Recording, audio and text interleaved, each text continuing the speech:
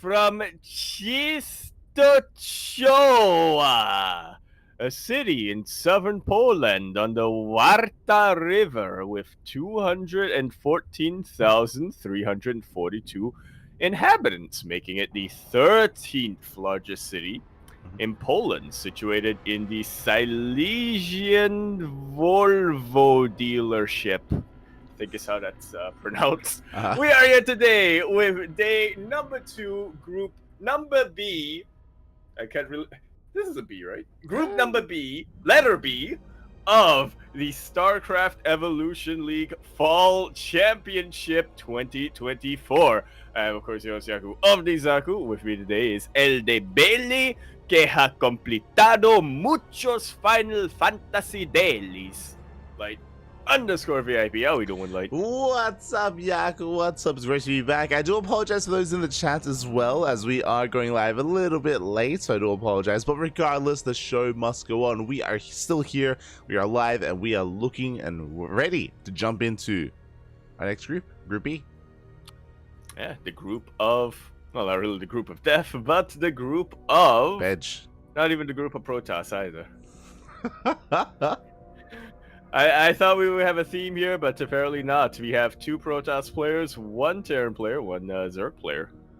2 Zerg players, 1 Protoss, 1 Terran. 2 Zerg players, 1 Protoss player, 1. Look, they're the same thing in the end. Think about it. All you non-Terran players, you look the same to me. True, true. But yes, as you're saying, we switch our scenes over and have a look at the group itself. We have our first series. We have Classic versus Rumieth in the first best of 3, and likewise we have Quanta versus Wayne in the second matchup of the night. So we have these 2, so we have these 4 players, and 2 of them will advance on, 2 of them will not.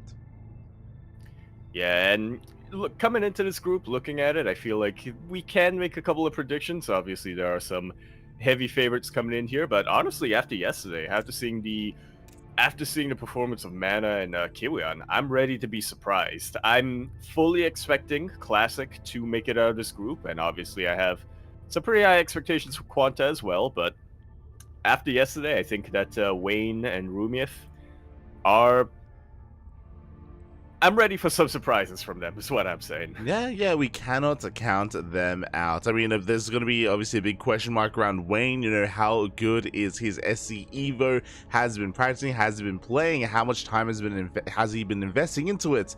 And we will soon be answering those questions. Rumith, of course, has been grinding this game mode. He has been very active in the online tournament scene, but he is up against some bigger and bigger names, so it's not going to be easy for him either, especially in the first matchup, especially in the ZVP. Oh, yeah. We're going to be getting straight on ready for that. Excited to see who's going to be kicking things off with the Brute War. Have we come up with terminology for that? Brute War Army? Brute War set? Brute War tools? Yeah. The Brood War? The Brute War, yeah. Well, and who's coming in with the StarCraft 2? Exactly. We'll see who is able to flex that, who's able to take advantage of that. We're here to find out, as game one is going to be on ley lines. We are jumping into our first series of the night. And again, we have some high expectations here for one of these players. The other player, he is here to make a name for himself. He's here to prove himself worthy to be a part of this group and to be in a series with this very player.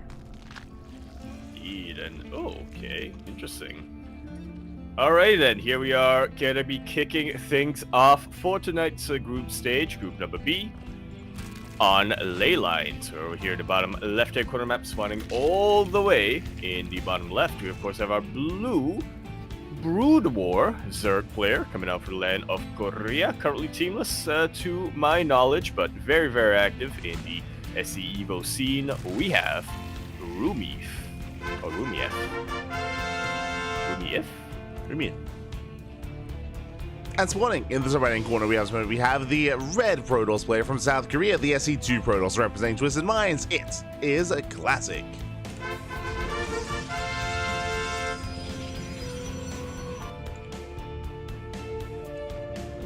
Yeah, once again, it seems that a lot of our StarCraft 2 pros, I mean, a lot of them, for obvious reasons, have the higher seed coming into this.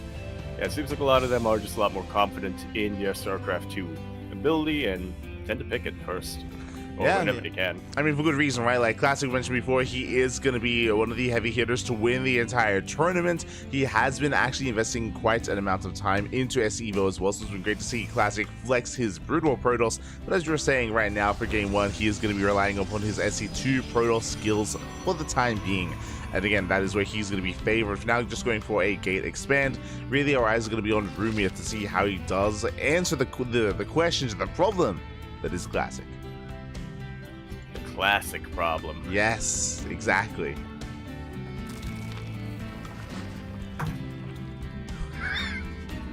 Yeah, what's that? I'm none. You think that's I have peace? Yeah. God damn. I have no problem here, yeah. No. It's over. That's it. I'm retiring. I'm gonna go live out in the mountains. Gonna be one with the elements, man. One with the elements. And I mean, hey, Rumief already kicking things off a little bit different here. That is a very fast hydrogen. Yeah, we didn't get to see too much of this last night. I mean, in fairness, we did cast mostly Shin last night as our only Zerg player, and he opted not to go for Hydras typically, but yeah, this feels like a lot more of a defensive setup here coming out from Rumief. This has not been scouted by Classic, actually. Yeah, again, he's rushing into the Hydra Den. He skips Ling speed as well, so very aggressive here by Rumieth. He's going for basically a Hydra rush. He's rushing into Hydras. Adepts have yet to confirm what's going on. Classic, he will threaten the Shade in towards the main base. Very important here that he does commit to the Shade and does get behind the mineral line. Looks like he does not. He is in the dark. He does not know what's going on. Yeah, I mean, he scouts a Hydra, at the very least. And yeah, now he is able to piece a couple of things together. As we found out yesterday, Adept's actually not the best unit against Hydralis over here, so yeah, Classic, he's gonna have to pivot to something else. Or, not the best unit against a Brute War Hydra, just to clarify, so Classic's gonna have to pivot to something a little bit differently here in order to defend against a rush. Yeah, so far, I mean, he went for a Stargate opener. It's going to be Oracle first, moving out across the map. Back at home, he's got the safety shield battery, second pylon. He's looking relatively secure here. The question does become, how many Hydras are going to move out across the map. For now, we do see a more defensive stance, building up that Hydra count over time. Rumieth is at least trying to keep up with the Oracles, trying to keep up with the Adepts. Yeah, and that's definitely one way of doing it, right? Just, if you can't defend against an attack back home, then just be in the face of your opponent, keep them back in their territory. As the Adepts say, do shaded to the mineral line, Oracle dips in as well. 4 or 5 drone kills already.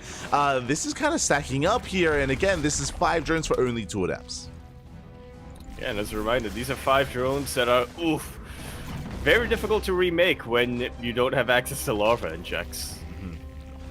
Exactly, that's now going to be 7 drone kills. 1 Oracle goes down. Nice catch there by Rumieth, and now he's moving out. Now he's sending everything across the map here, and this Hydra Force could get some damage done, but it is spotted by Classic. He does confirm here in the center of the map, and back at home he's getting ready. Yeah, already a couple Stalkers being warped in. Charge is now on the way. It's not quite going to be here in time, but considering the shield battery and considering the sheer amount of warp-ins that Classic has, there's still a lot of potential for him. Yeah, the boys are being pulled. Zealot goes down. There's still 4 Stalkers to defend against this. There's the overcharge as well. With the overcharge, the Hydras, they do not break through. They are being forced back. Jesus, literally 4 Stalkers is all you need. Yeah. At least when you have access to battery overcharge. Yeah, the overcharge does some of the Stalkers. The Hydras, they have to retreat from here. They did pick off 1 Stalker, but just the one. Quickly checking here at the Unit tab, it was, not even 1 Stalker. It was just Adepts and Zealots, and still 4 Hydras have gone down.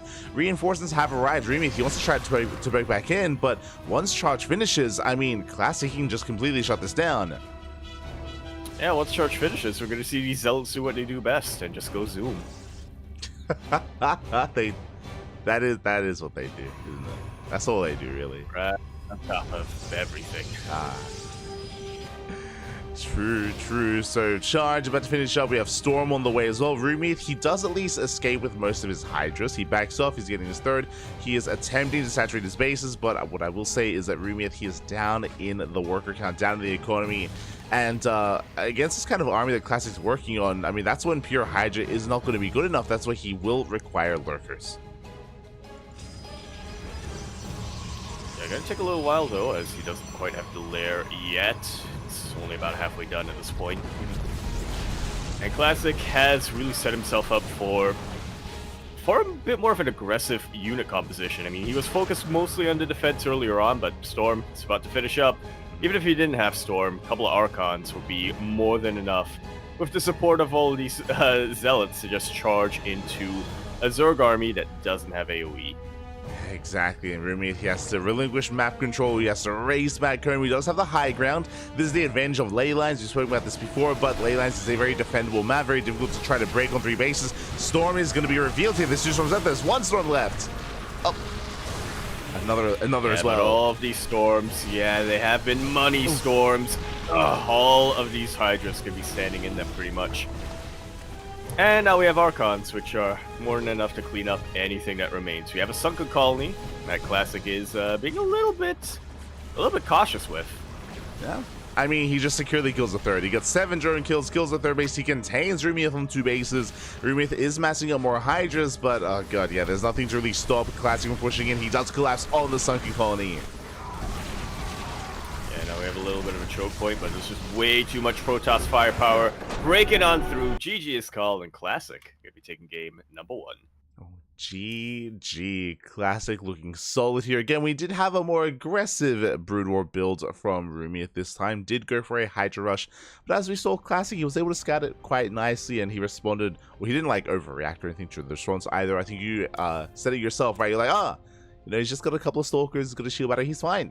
But what's important is that he did already have that warped in, right? Like, he was already setting up for that defense. He was able to realize what was happening ahead of time. Yeah, he was already posturing in that direction, and sometimes that's all it takes. You don't need to defend, you just need to prepare to defend. Yeah, there you go. There you go. He was prepared. He was prepared for that assault. And then in the aftermath, we saw that unfortunately the lair was late, right? Because there was no lurker tech, no lurkers whatsoever, and you know, Ling Hydra can't really keep up with you know, the kind of momentum that something like a storm-based army has. There's no like roaches to try to mass up or anything like that. There's no banelings available either for the Brood or Zerg player, so he just had Lings and Hydras. Yeah, no queens. I mean, queens aren't really the deciding factor typically in a Zerg defense. Sometimes they are, but not against a Protoss army like that. Yeah, for sure. You don't have spine crawlers. You have Sunken Colony. So I'm just trying to list everything. Every different unit or structure that I can think of. But regardless, we're going to be continuing our best of 3 series now on Whispers of Gold, where we're here in the top left-hand corner map, starting all the way in the top left. We of course have our blue StarCraft 2 Zerg player this time, coming down from the land of Korea. Very active in the scene, but currently teamless. We have Rumiev.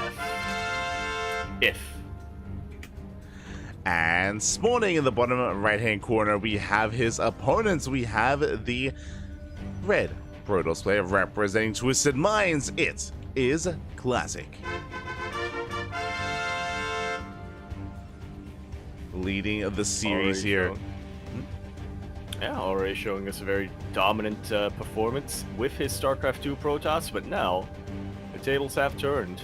He's going to have to do it with Brood War Protoss.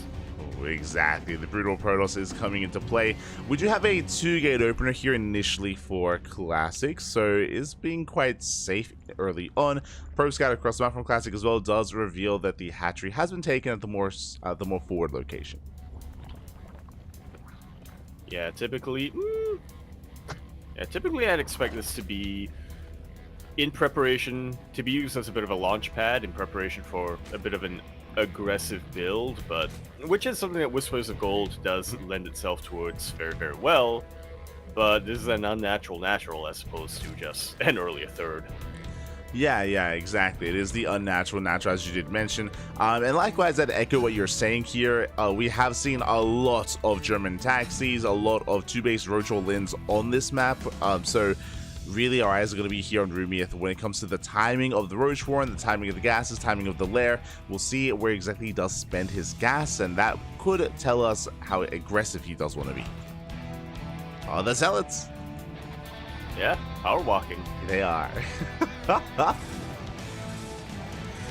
When they walk like that with purpose, they remind you of like what am I thinking of? But like, does it happen in Breaking Bad or in some of these other shows where like you've got like the in Malcolm in the Middle?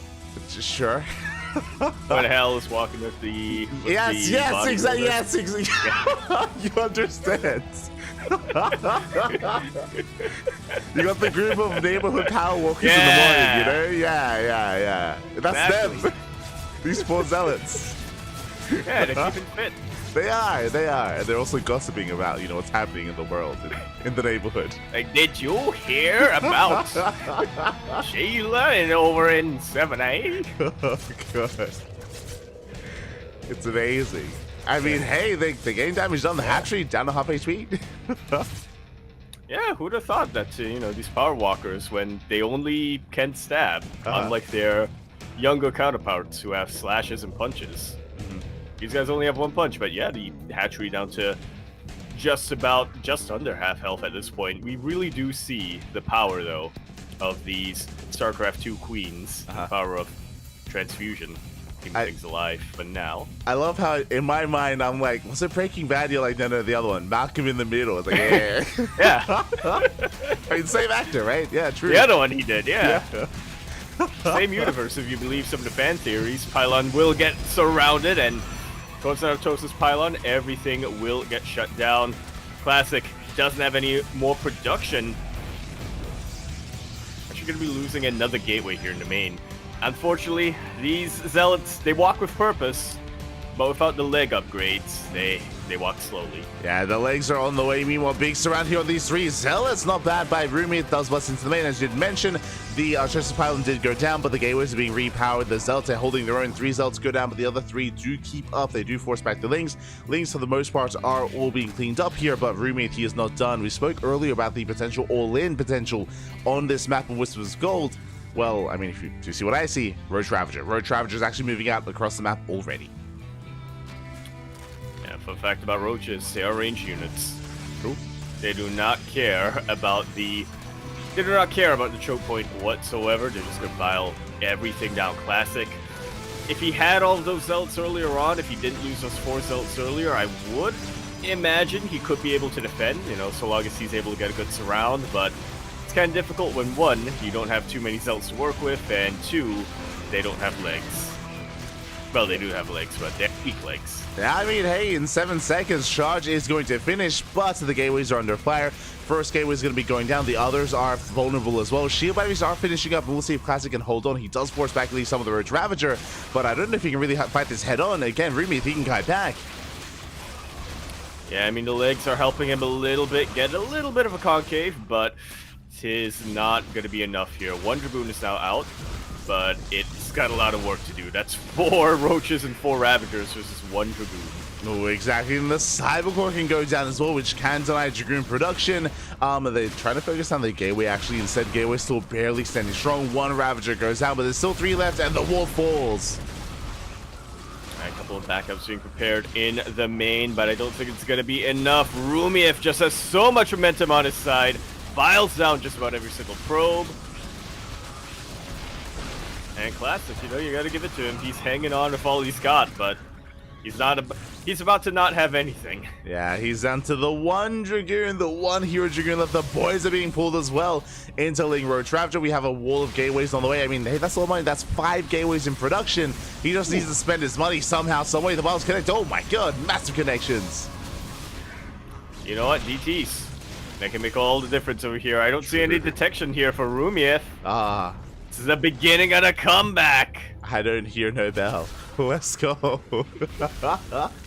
That's the TT model 30 probes went down, but you know what? This wasn't all in from Rumiev. True. Surprisingly not that far ahead. Yeah.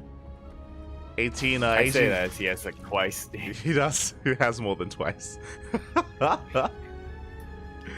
Oh! Oh, let's go! He's morphing it in! Just for you! He's crazy! Let's go! Darkon is now out, and let's see what I can do. Darkons, they don't have an attack, do they? No, they don't. They're only spellcasters. Yeah, they're purely a support unit. Yes. Yeah. They're like the old High So Templar. it immediately gets picked in the corner, and will get taken out too. Oh, but you got to see it. Oh, we got to see it, yeah. We didn't get to see mind control, but No. got to see the Darkon. Yeah. Pretty sure you have to research mind control as well, but You do, but GG's called, and Rumiev gonna be fighting back here, tying up our series 1-1. GG, well played. We are going to the ace. Again, it was a much more aggressive start for Classic. Did go for a 2-gate opener, if you recall. Went 2-gate Zealots.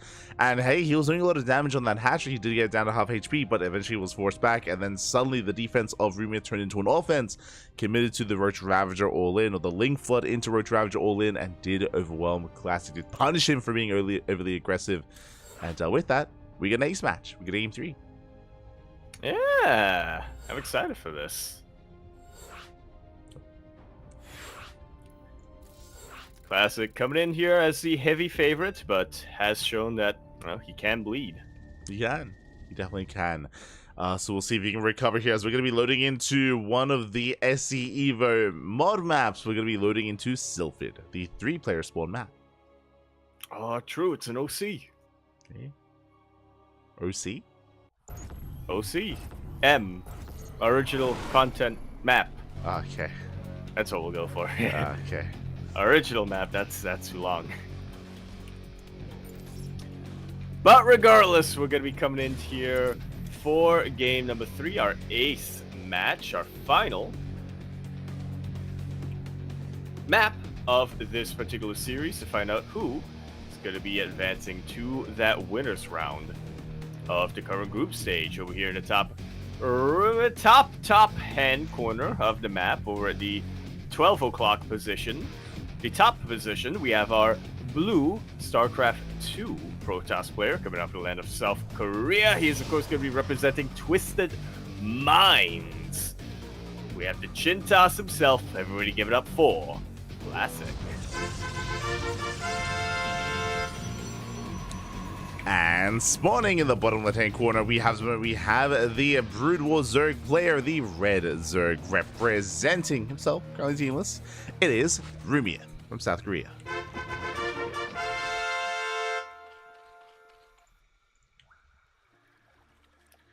It's been a while since we've really been able to sink our teeth into a 3-player map. I mean, even last night we saw Sylphid, I think, once. Yeah. And then never again. Nope. Yeah, just the one time. We do have Classic is scattered bottom right, confirmed there's nothing there. Now he's checking bottom left, and Classic is now fully aware of the build of choice of the spawn location of Rumiath. Meanwhile, Rumiath, he's relying on the Overlords. He's relying on the Overlords being sent as we speak. We'll eventually get eyes on the position of Classic eventually. But until then, we're settling in, and we should be seeing a much more standard start. Last time we saw Rumiath get into his Brood War ZVP build, it was a Hydra rush. This time, though, I would imagine he will take a different approach.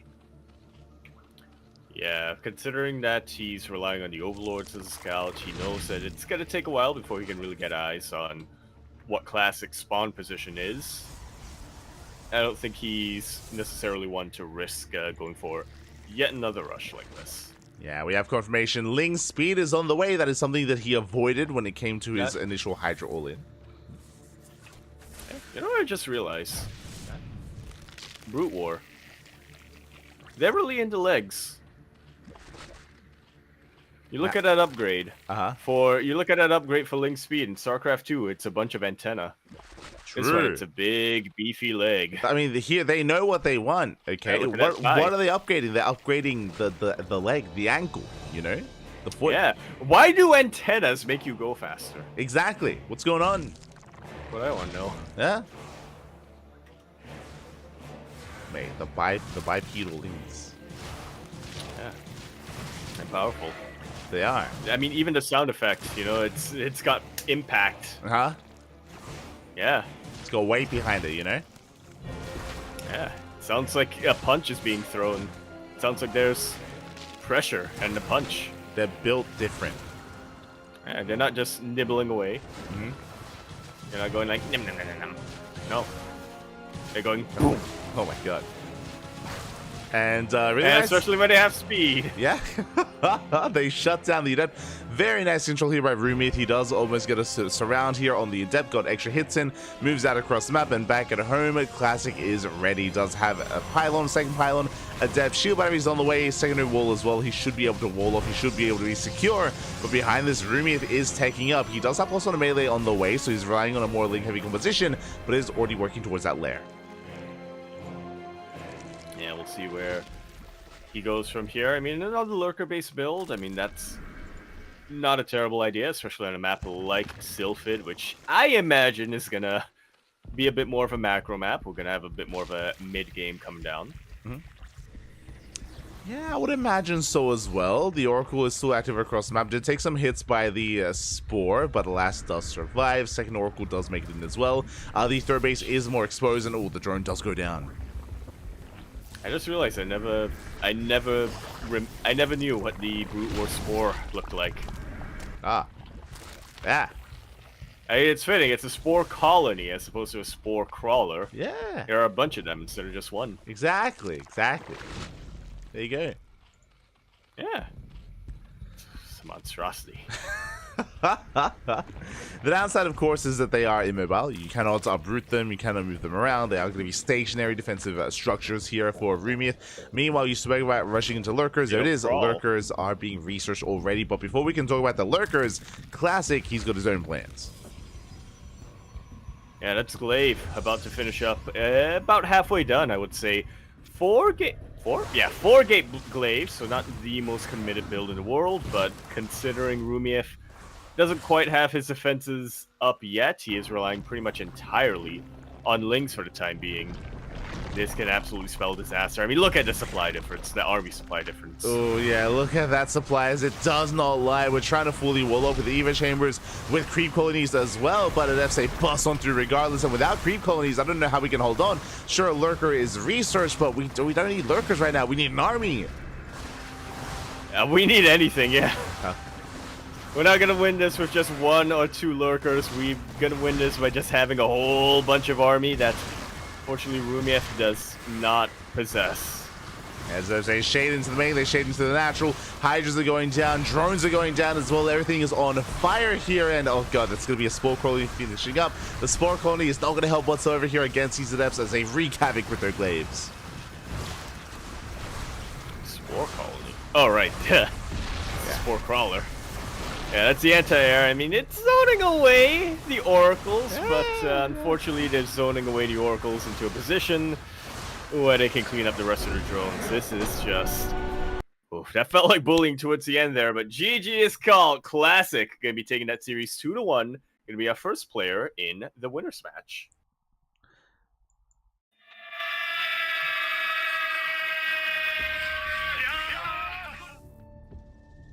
GG, well played. Classic, he does claim the series. Again, this is something that we have taken note of here, but early game defense can be quite brutal here from the side of Brutal Zerg, especially if you have very little time to respond and to react. As we were mentioning, it wasn't just that Classic did embrace Glaive Adepts, it was also the fact that his opponent was rushing into a lair and rushing into lurkers. So they were spending resources on tech, on an eventual greater army in the mid game when he really needed an army then and there early on to survive, to defend against the aggression of Classic. Yeah, needed a whole lot. This is, funnily enough, this may be a scenario where a Hydra rush actually would have worked out for him. It could have been better, definitely. Could have been. Yeah. Definitely could have been. Hydras, a lot tankier in Brute War than they are in StarCraft 2. Well, at least against units that deal bonus to light. At least against units that deal bonus to light to the light tag, like Adepts. So, yeah, they could have definitely potentially had a stronger defense there. But regardless, GG, well played. Classic does take the first series here. It does advance on to the winners match. But the question becomes, who will face off against him as we are getting ready here for our next matchup here. It's going to be a TVZ between Quanta and Wayne. Here we go, and this was a match that I think most of us had our question marks on. Most of us were curious about. Quanta, he is very active. He signed up for just about every SE Evolution Weekly, whereas Wayne, we haven't seen too much of him here in SE Evo. Yeah, I was a little bit surprised. Wayne, he was invited. He was invited into the event. Clearly, upon accepting the invite, he is, I'm sure, well-versed or is aware of the mod, but how much practice? That is the question. How much practice has he put into the mod? How much is he really aware of the builds themselves, of the playstyles, of the meta? I mean, he's gonna find out because he's going up against Quanta, someone who is gonna be favored here, at least in this mod. If this was like SE2 versus SE2, I would favor Wayne 100%, but suddenly in SE Evo, I mean, Quanta has a good chance. Yeah, especially if we'll see what era both players are going for, and alright, here we go. Kicking things off over on Ley Lines as our first map here for our TVZ. Over here in the bottom left-hand corner map, starting all the way in the bottom left, we of course have our red Brood War Terran player coming out from the land of Korea. He is of course going to be representing Clan NWCE. We have not HH Quanta, but SZ Quanta. And for his team. And Streamer Zone. Yeah. True. Yeah. True. And spawning in the top right hand corner, we have the blue Zerg player. It is Wayne. Not Radita. Not Vanya either. True. Also not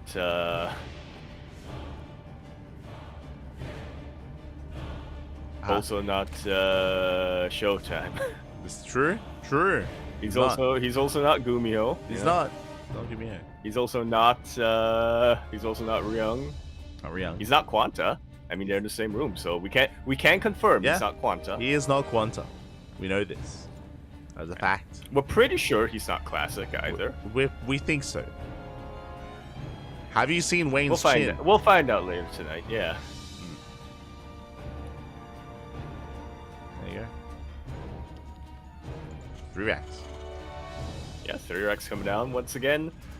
A very common build that we see from some of our Brute War Terran players, and Kiwion whipped this out a lot last night, and it makes a lot of sense, right? You're able to hit a lot quicker. Not sure if that's going to be as impactful in TVZ compared to a TPP, though. Yeah, as you were saying, 3 racks are a little more commonplace against Protoss, especially with their stim timing. Here, I imagine this is just to securely get into the mid game, get into a 3-base economy, get in towards a longer game state here. I don't necessarily think this is going to be as aggressive, but we'll see. We'll see, because obviously there's going to be that window where he has stim, we can make use of it. Academy is on the way that will grant access to the upgrades alongside medic production as well. I gotta be careful with your medics, though. You don't want to have them rush in before they can heal anyone. Yeah, and I'm really excited to see if we do embrace. I mean, it is going to be Bio here, Bio against Zerg, and if Wayne goes into Ling Bane, then we could end up seeing the dynamic of kind of Marine Medic Fire Bats against Ling Bane Hydra. True. Yeah, it's kind of like Marine Marauder Medevac, but all entirely ground-based and more focused on dealing with light units as opposed to armored units. Yeah, I mean, Firebats, they are surprisingly tanky against Ling Bane. Like, we have seen many a Brood War Terran player make it work quite nicely. Oh, here's the question. Is it a case that they're tanky against Ling Bane, or is it a case that they just kill the Lings before they can actually connect with the Firebats? You know, it's a little bit of A, it's a little bit of B, a little bit of both there. And there it is. The first Firebat is on the way. Coming down. This is... I mean, I'm getting flashbacks to the Wings of Liberty campaign. I'm pretty sure in the first couple of missions, this is entirely what you're recommended to build. This is the entire composition. Let's go, let's go. So if you're a fan of shoulder pads, he's got some big shoulder pads, mate. He's buff. Oh yeah, that guy definitely plays Warcraft, World of Warcraft. 100%, mate, 100%. And here we go with the arrival of the first fire battle. We are moving out across the map. Stim is done, I believe. Yes, Stim is completed, and we'll see if Wayne can hold on back. And what does he have? He has 3 queens. He has a spine coil to defend. Roach Worm was thrown down, and he is going for a roach defense. Yeah, and I'm looking at Wayne's setup here, and I don't feel too worried for him. Once again, Firebats, they're designed to kill Lings, and they do pretty well against Banes. Not really the case against Roaches. Yeah, exactly. As the first Firebat goes down, nice snipe here on the Spine Cooler, but as you mentioned, there are plenty of Roaches to defend, and Wayne, he is safe and secure. He will hold, and from here, Quanta, he has to back off, work on the next step. Third TC is on the way into Factory, into next racks. Quanta is not all in. He did just go for his timing, realized he cannot break his opponent, and should retreat from here without losing too much more. Yeah, and I mean, already this is a pretty big victory for Quanta. He's containing Wayne on 2 bases while he's about to finish up a 3rd CC of his own.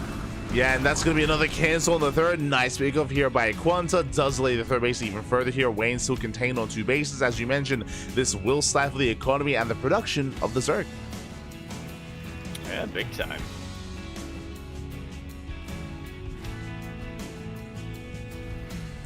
I forget how finicky it is to have to click on a comp station every time you want to scan.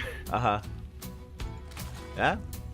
There you go. True, true. The conversations are being set up here, especially at the third base, are on the way. I like what's building up more bio. No more fire bats again because it's going to be roach play out of Wayne. That is going to take that away from us. So I was getting excited for it. We will not see the dynamic between fire bats and Ling Bane. Unfortunately, it's not going to be shown here. Not yet, at least. Yeah, we had half of that dynamic. Yeah. True. But not the other. You need two to tango. True, I can confirm that. I've tried. I know what it is. Tried solo, it doesn't work out too well. I think it's the deeper sound effect here, but or maybe it's just because I played a lot of Brood War as a kid. But like the Marine auto attack, it's so nostalgic. It does sound better. Yeah. Oh. I can't speak for the nostalgia factor. I mean, obviously Brood War. I think I shared a birth year of Brood War. So I didn't play that when I was young, but I can confirm the sound effects from StarCraft 1 and Brood War. I like them a little bit better. They're like deeper, like you said. They feel like they have more weight, more impact to them. Yeah.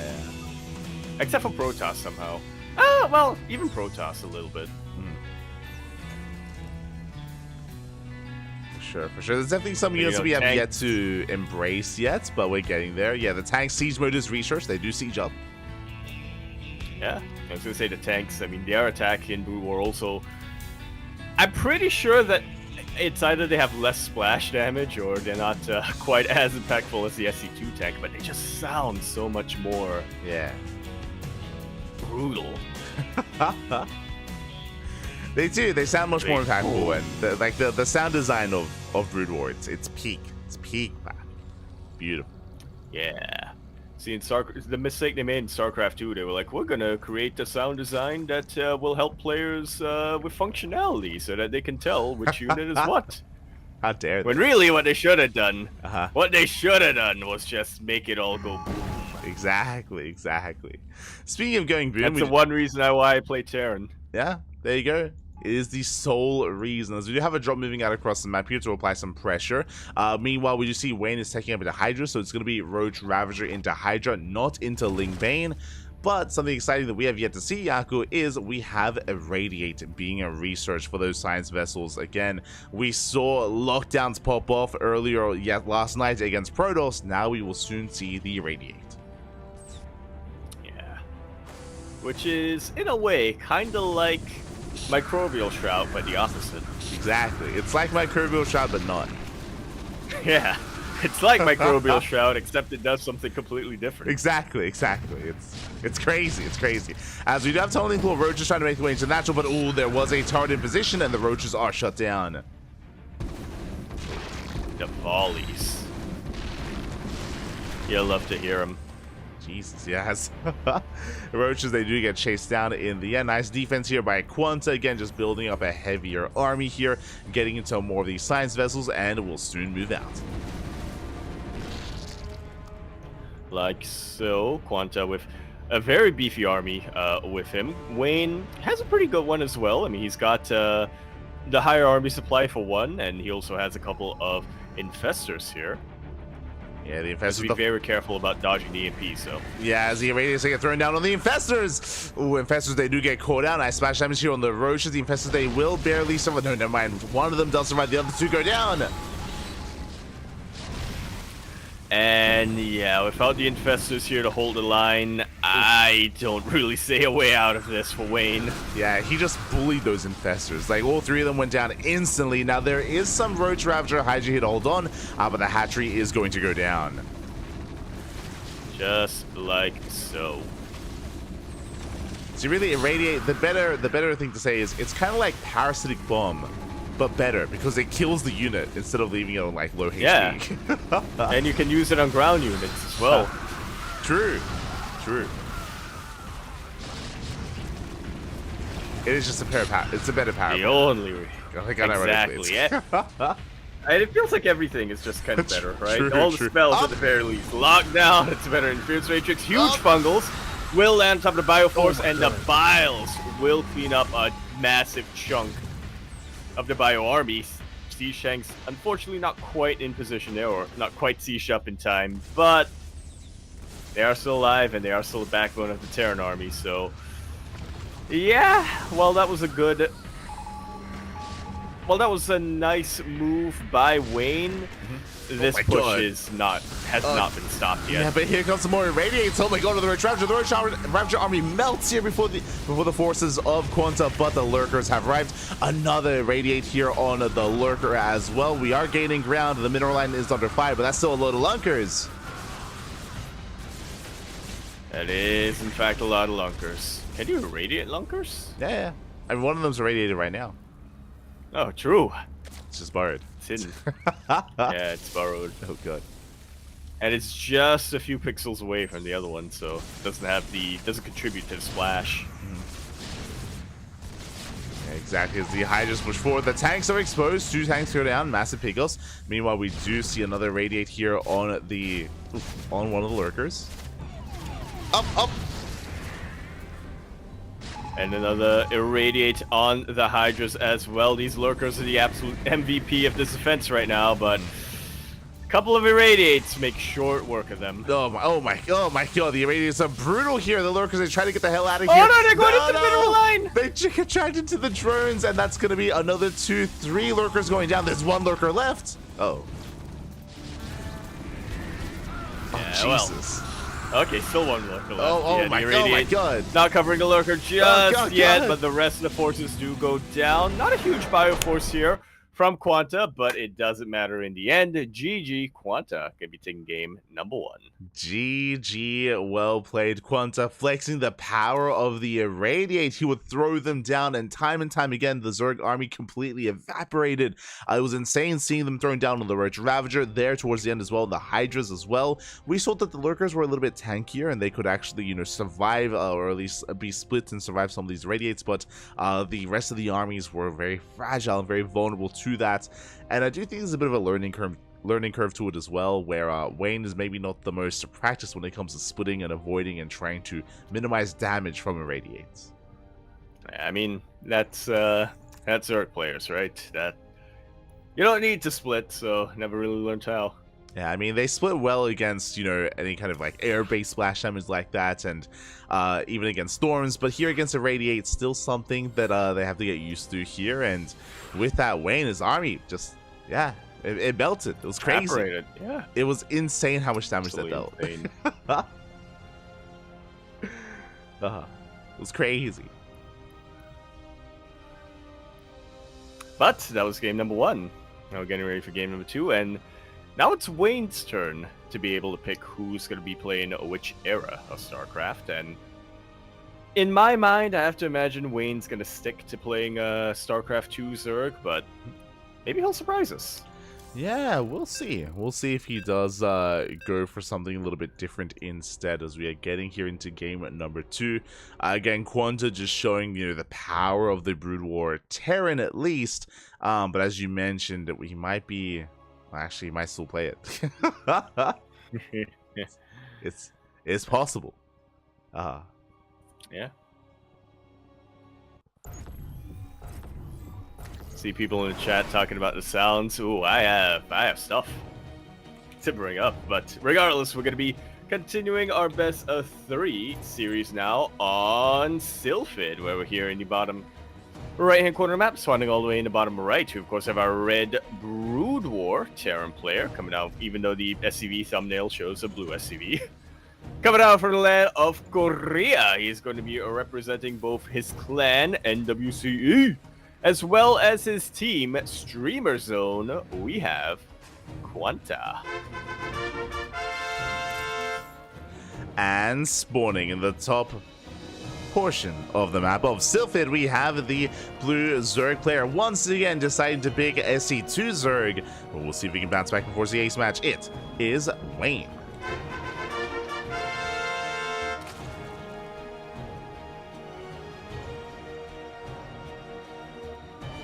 Here we go. Not gonna lie, Light, I'm quite glad that we do have another situation of StarCraft 2 Zerg versus StarCraft 1 Terran, because I mean, as we were talking about, the sounds. Yeah. It just, ooh. I could be Deathlight, but correct. Tell me if you find that there's a similarity. The dying marine sound sounds a little bit like a Chinese ghost. when they die. You know, it does. You know, the actor, the voice They actor, scream, yeah. he actually, you In know, terror. he actually died when when they were recording it. It was crazy. Just the realism there. But yeah, no, it's the commitment from the voice actor, you know, they asked, "Can you give us your best dying sound?" He said, "I will commit, and I'll die right here." Oh God, it's crazy.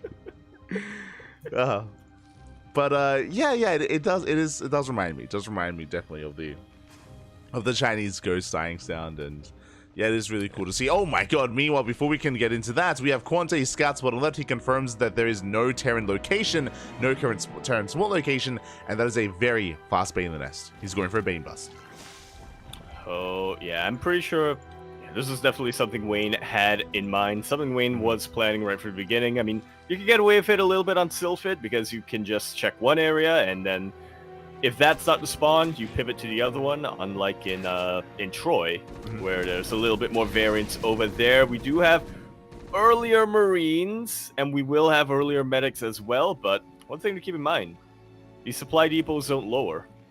Typically for Brute or Terran players, they are unwilling to really fully wall off, except with a bunker. Yeah, bunker has been placed, but as you mentioned, there's still going to be a hole in this wall. Bear that in mind. Wayne is amassing more lings, and I thought you were going to say that Wayne has been thinking about this Bane bus ever since the radiate got thrown down, and he knew that the writing was on the wall there. As he tapped out from that first game. End the game early, yeah. He's like, never again will you make a science vessel. No, that's not going to happen. Not anymore. 7 Banelings in production. The Firebat's on the way, though, and this Firebat is going to add quite a bit here to the defense. Yeah, you were talking about seeing some of that dynamic get thrown down, and we were mentioning how Firebats are a unit that's designed to kill Zerglings. And it doesn't matter which era. It doesn't matter if the Zerglings are bipedal or if they're quadrupedal. Yeah, quadrupedal. Quadrupeds? They just kill them.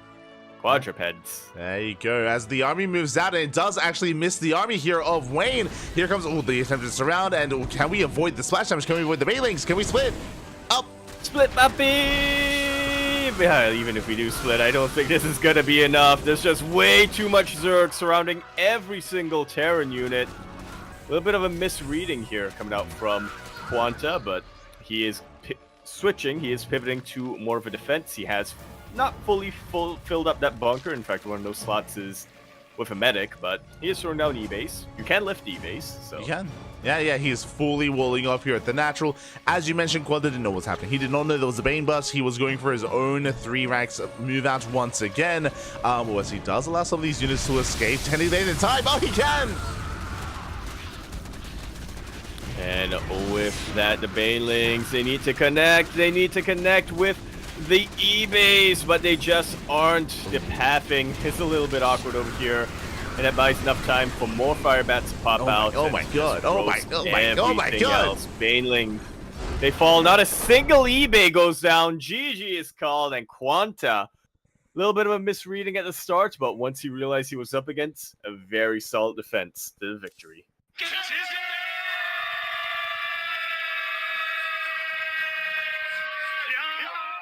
Quanta once again showing, did misread, but mate, he's Terran. You don't need to read. Yeah, you don't need to read. You don't need your brain.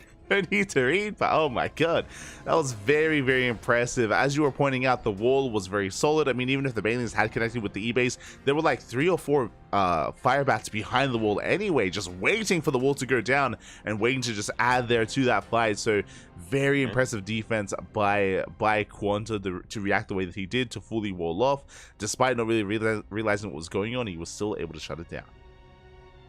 I mean, he just had so much production working in his favor, right? He had a very solid economy with those 2 bases set up just like that, so he was able to pivot very quickly. He even managed to drag, I think, a little bit of the Zerg army away from the base. Like, obviously he got caught with his pants down in the middle of the map, but once he realized what he was up against, he was like, okay, distract the Zerg army a little bit, buy myself a little bit of time so I can just throw down these E-base, get more units, and defend. Oh yeah, that was just very impressively done here by Quanta. Does defend, does survive. The question that was, has Wayne been practicing SC Evo? We still do not know because he did not play StarCraft Brood War. He did not play Brood War Zerg at all in that series. So it's still there's still a little bit of ambiguity surrounding the skill level of Wayne's StarCraft Brood War Zerg race, so I'm hoping that we can embrace that later on down the line. For now, though, Quanta advances on to the winners match to face off against Classic. Yeah, a little bit of a cheeky TVP, and I'm ready, Light. I'm ready. I want to see those lockdowns again. Let's go. I'm sure we will. I'm hoping we can embrace the lockdowns, but first thing is first, we have a game one. It is gonna be on a pseudo island based map. For the first time here in StarCraft in the Fall Championship, we're gonna be loading into Monty Hall. Here we go, a legendary map. Very infamous map. It's not quite Paradox. It's yeah. It's not quite an island map, but I mean, you'll find out, mate. We're gonna jump in. Indeed, we shall. Monty Hall. I mean, in my mind, this map is forever branded as the map where Classic defended against a Can Rush. This is the Classic map. It's crazy. It's classic. Yeah. It's beautiful. Let's go. I like the background art here as well. That's a dinosaur. Fossil. But regardless, we're going to be kicking off our winners match over here on Monty Hall, where we're here in the top left-hand corner of the map, swinging all the way. And in the top left, we have our blue StarCraft 2 Terran player coming down from the land of Korea. He is, of course, going to be representing his team, Streamer Zone, as well as that clan NWCE. We have HH Wanda. And spawning in the bottom right hand corner, we have the Brood War Protoss player. We have South Korean Protoss representing Twisted Minds. It is a Classic. And he did not get a chance to play Brood War Protoss in the last series. Yeah, but now he is. So yeah, here we go. And as you can see here, okay, first things first, you can see you have your main base and you're fully walled in. You're fully walled in with these mineral patches, and Quanta is opting to mine out through the top lane here, as you have 3 different lanes essentially, and they are fully blocked off from each other. So in a way, it's kind of like a MOBA where you have these 3 lanes that you can go through, but it's very difficult to rotate between them. Yeah, which lane are you throwing down your solo laner? Where's the jungle on this map? True. Where are the creeps? Where do you send out the Abathur thingies? Tumor? Yeah. No, the larva. Yeah. Do you group the Lost Vikings together, or do you split them up? Yeah. Do you farm XP or do you gank? Yeah. Huh? Or do you focus on the mercenaries? There you go. As you do see, Quanta, he actually sends out 2 SCVs. Interesting. He demise through the center lane with the SCV on the right-hand side. It might be actually going for a proxy. He's just still trying to figure out where exactly Classic has expanded to. That's the thing here. Does confirm that Classic has not mined through the bottom left, that he has instead mined through the top right instead. So Quanta confirms where the expansion is, and now he knows where to proxy. Assuming You're really betting on the fact that he proxies. Yeah, I was gonna say. And there it is. He doesn't have to, just because he's Terran. There's a proxy. He will, though. Yeah. Okay, so it's going to be a 1-1-1 proxy starport. Mate, something that we have seen from Quanta on this map. Proxy BC. Ooh. Mate, is he crazy? StarCraft 2 BC? Oh. No, Brood War BC. Is he crazy enough? Yeah. Is he crazy enough to go for a fusion core into BC production? Is he that wild? I don't know. He's not. He's floating. Oh! He's floating up to hide it. You Let's love go. to see it. To hide it on higher ground, and Yeah. also will make it completely immune to the Dragoon. Mhm. No high ground vision. No high ground vision here. He does float up here onto the high ground. Do have the tech lab on the way. This could also be Cloak Wraith. Instead of Cloak Banshee, this could be Cloak Wraith as well. True. That is another option here for Quanta. Yeah, can you make wraiths? Yeah. Oh wait, no, Banshee. All right. Oh yeah, SC2. SC2, Sorry, right. my brain. I just assumed he was. I just assumed he was Brood War. I don't know why. Well, it's because you and I both know just how powerful lockdowns are. True. If you get the chance to pick, why would you not pick Root War? So my apologies. So yes, Banshee, not Wraith, as it is going to be the Cloak Banshee instead towards the natural. Meanwhile, Classic does move out with his Dragoons. Not just that, but behind this, he's working towards Shuttle, towards Speed, and he is moving out already here, being a quite aggressive, quite assertive build by Classic. Yeah, Reaver already on the way. Slowly but surely going to be making its way down. Quanta, I worry for him. He doesn't have too many defenses up yet. He's going to have a tank pretty soon, but one tank, one Marine, one Reaper. I don't think that's going to be enough against all of these... I almost said Disruptors. All of these Dragoons, and eventually one Reaver. Yeah, as the first Banshee has arrived, he gets 3 probe kills. Meanwhile, across the map, the Dragoon does need the shuttle to actually get past the mineral walls, so the shuttle is required. But I believe Quanta does not see this. And he does not. He's throwing down a missile turret in case it's early DTs or anything like that, but that's not really what you need right now. Yeah, the Dragoons have arrived. Tank volley is going to be going off. Boys are being pulled as well. And so far, Quanta, he's holding his own. The Dragoons take a lot of hits, a lot of damage. Yeah, Dragoons, they are tankier than Stalkers, but unfortunately they don't have Guardian Shell the same way an Immortal does. So, as it turns out, one Siege Tank. I was skeptical, but one Siege Tank, provided you have a good enough position for it, is going to be enough to defend against Dragoons. Meanwhile, on the other side of the map, 2 Cloaked Banshees, absolutely wreaking havoc over here. We do not have an Observer yet. Yeah, oh my god, 9 workers. He wants the Reaver! The Reaver is under fire. The Reaver goes down. Massive pickoff here for Quanta across the map. Dragoons are also getting damaged. SCVs are falling, probes are falling, but more importantly, 2 Reavers just got sniped by the Banshees.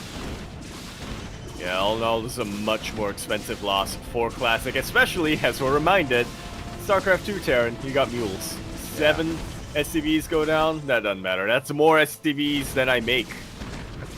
There you go. It's mules, you're just that good. Mules are insane. 20 probe kills as the Banshees, they continue to harass. A 3rd Banshee has arrived here at the natural location. Finally, the first 2 Banshees do go down, but there's still more where that came from, and probes are still falling. Mining is still being denied. Classic is stuck on a 1-base economy, and he lost every single Reaver. Yeah, worker counts are just about comparable, but that doesn't tell the full story here, as that's 5 mules that Quanta currently has mining, so that really pushes him over the edge here. Yeah, again, he has the mules ready. He's securing himself here on 2 bases. He doesn't have enough to move out and kill his opponent, but he has crippled a Classic, and the pressure is on Classic to bounce back in some way. Again, his entire build was building up towards eventual Reavers, but that didn't really come into fruition here. Instead, he's working towards charge shots instead. Or speed lots. Leg boys. Yeah, leg boys. Yeah. Bodybuilders. Power walkers. Power walkers. Retirement. Oh. Community. Oh god. Those are the vanilla zealots. Yeah. Without True. legs. Without legs. Yeah. What do they get promoted to when they do get legs? That's the question. We need to see them in action first, I think. We do. Remember, they hunch over. Remember, they have they use their body weight true. to the actually body, just yeah. They don't They Naruto understand run. physics. Yeah. Exactly. Shaking my head. Shaking my head, young zealots. Oh my god, it's the juggling here. Classic chasing down that Banshee towards the bottom left. He will get it. The Banshee finally goes down. Still gets 5 probe kills, and there's still more Banshees out on the map just wreaking havoc here, taking down pylons. At least Classic is somewhat recovering, but as you mentioned before, even though Classic has a comparable worker count, his army is lacking. His army has been suffering from those earlier losses.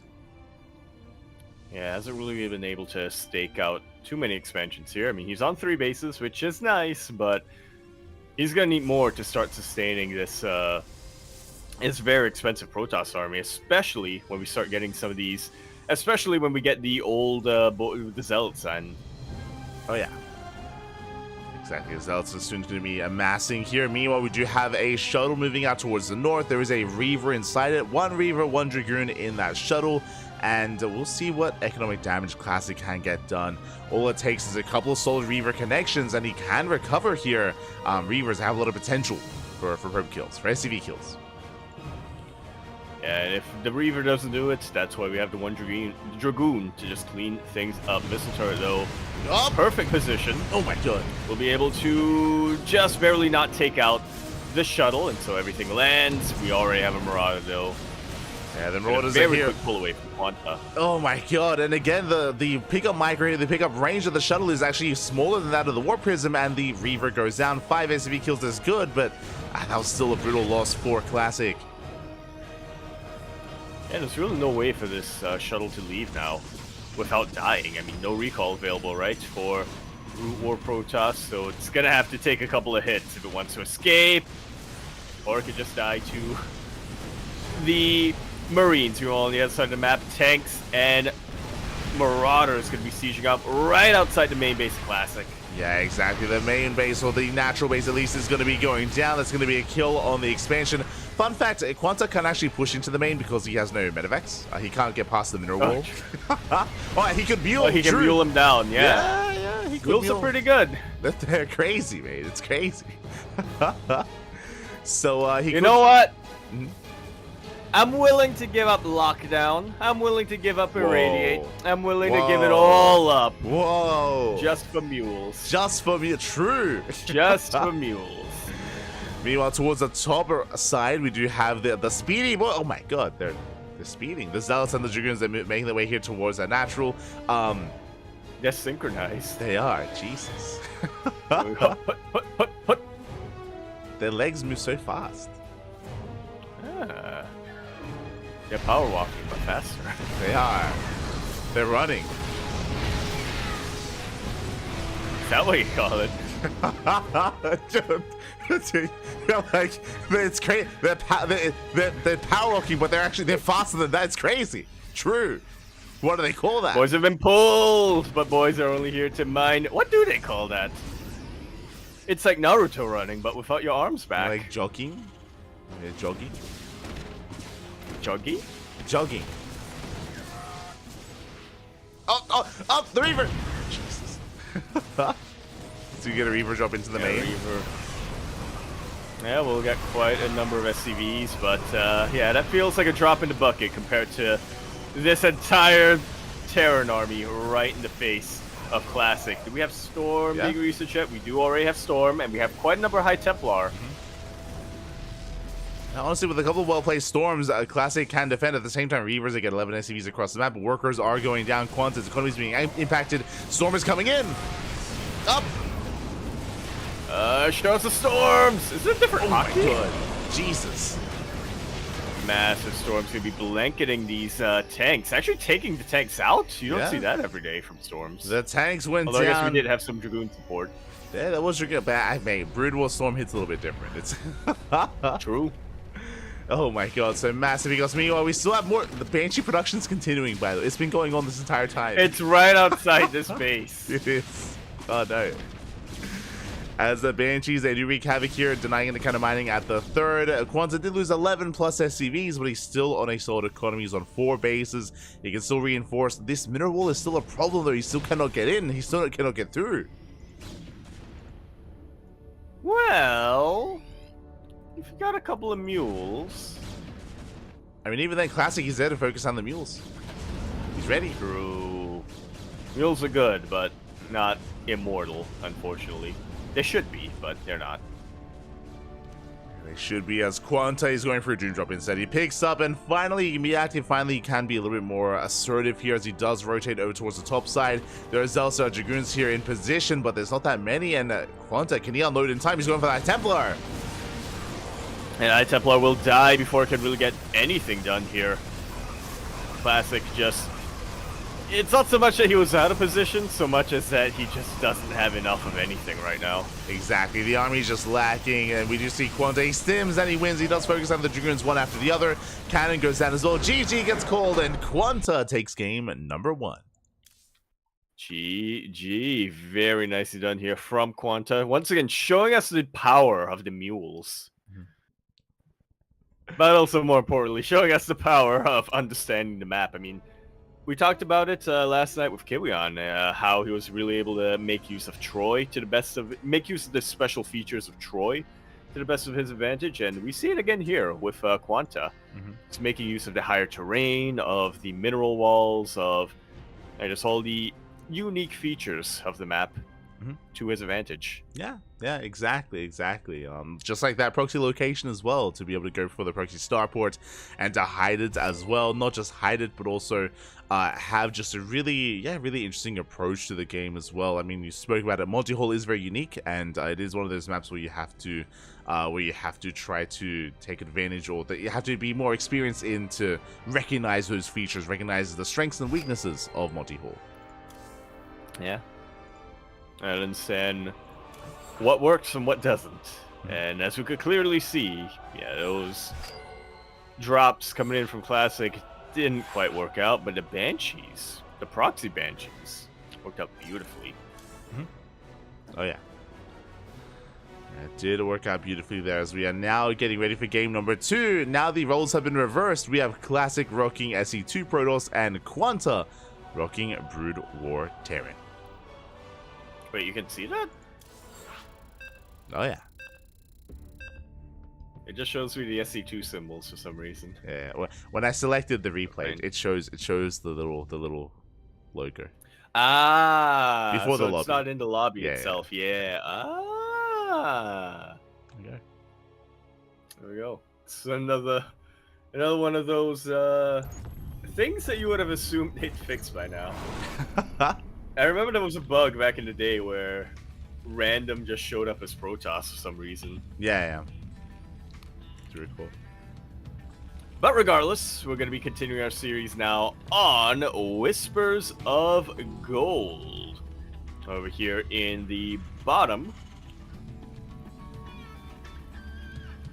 It's a bad type of both of us. Jan, in the bottom right-hand corner of the map, spotting all the way.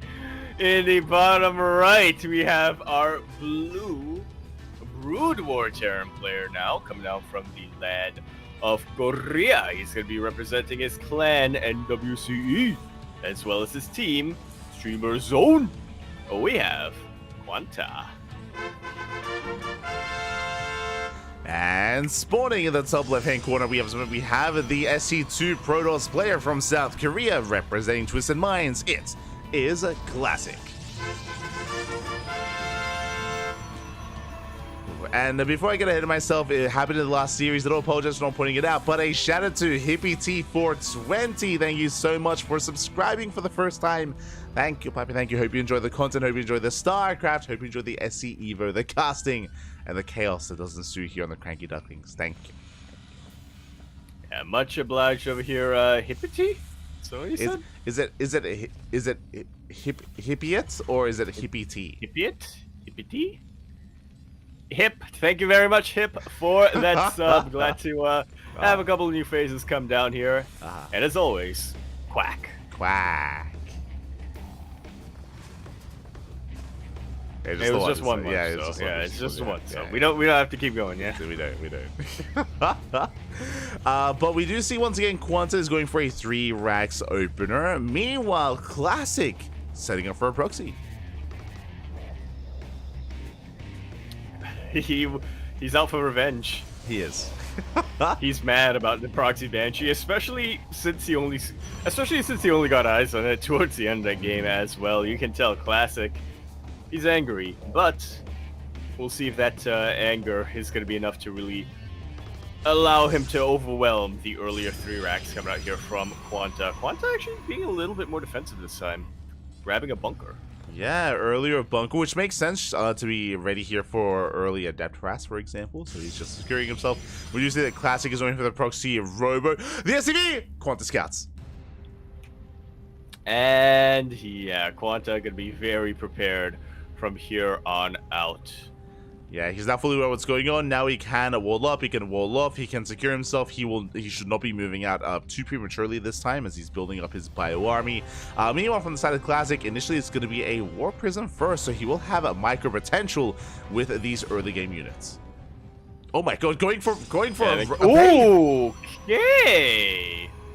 Yeah, I was fully expecting an Immortal drop coming out here from Classic, but no Disruptor potentially. I mean, he really wants revenge from those Reaver drops.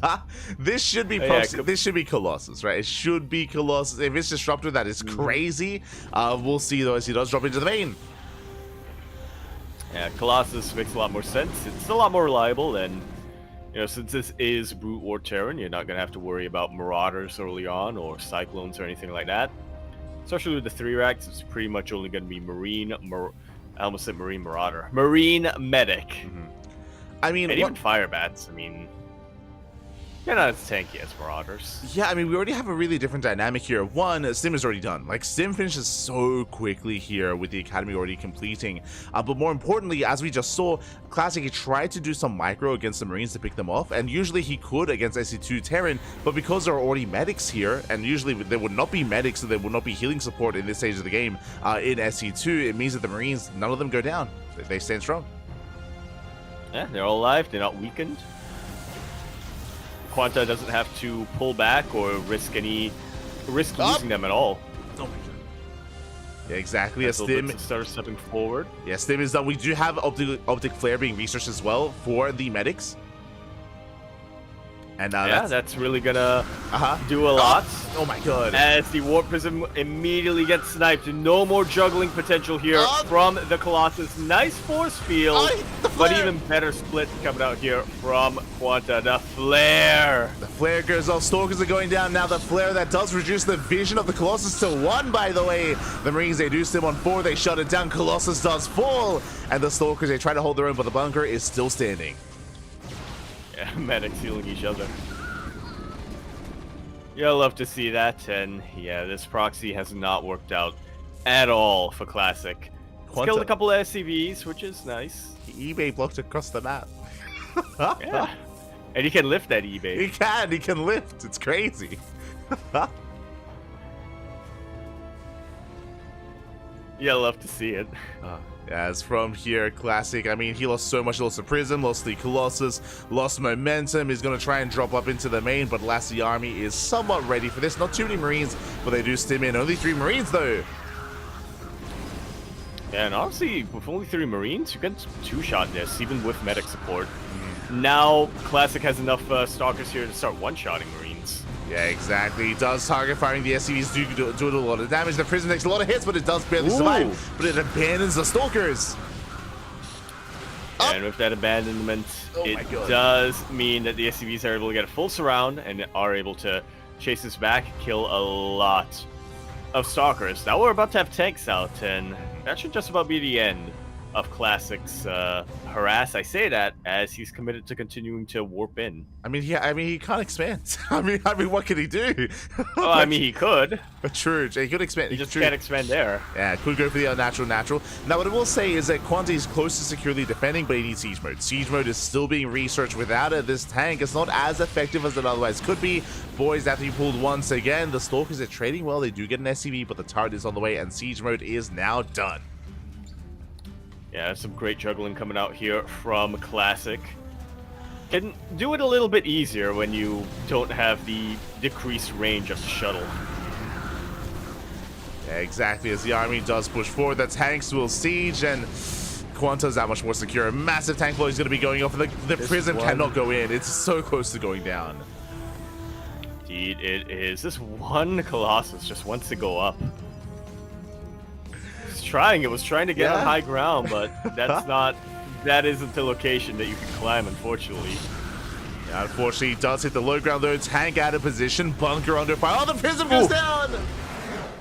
And with that, GG is called. Quanta with a super solid defense. Going to take that series decisively, 2-0. Going to be our first player to advance to the playoffs.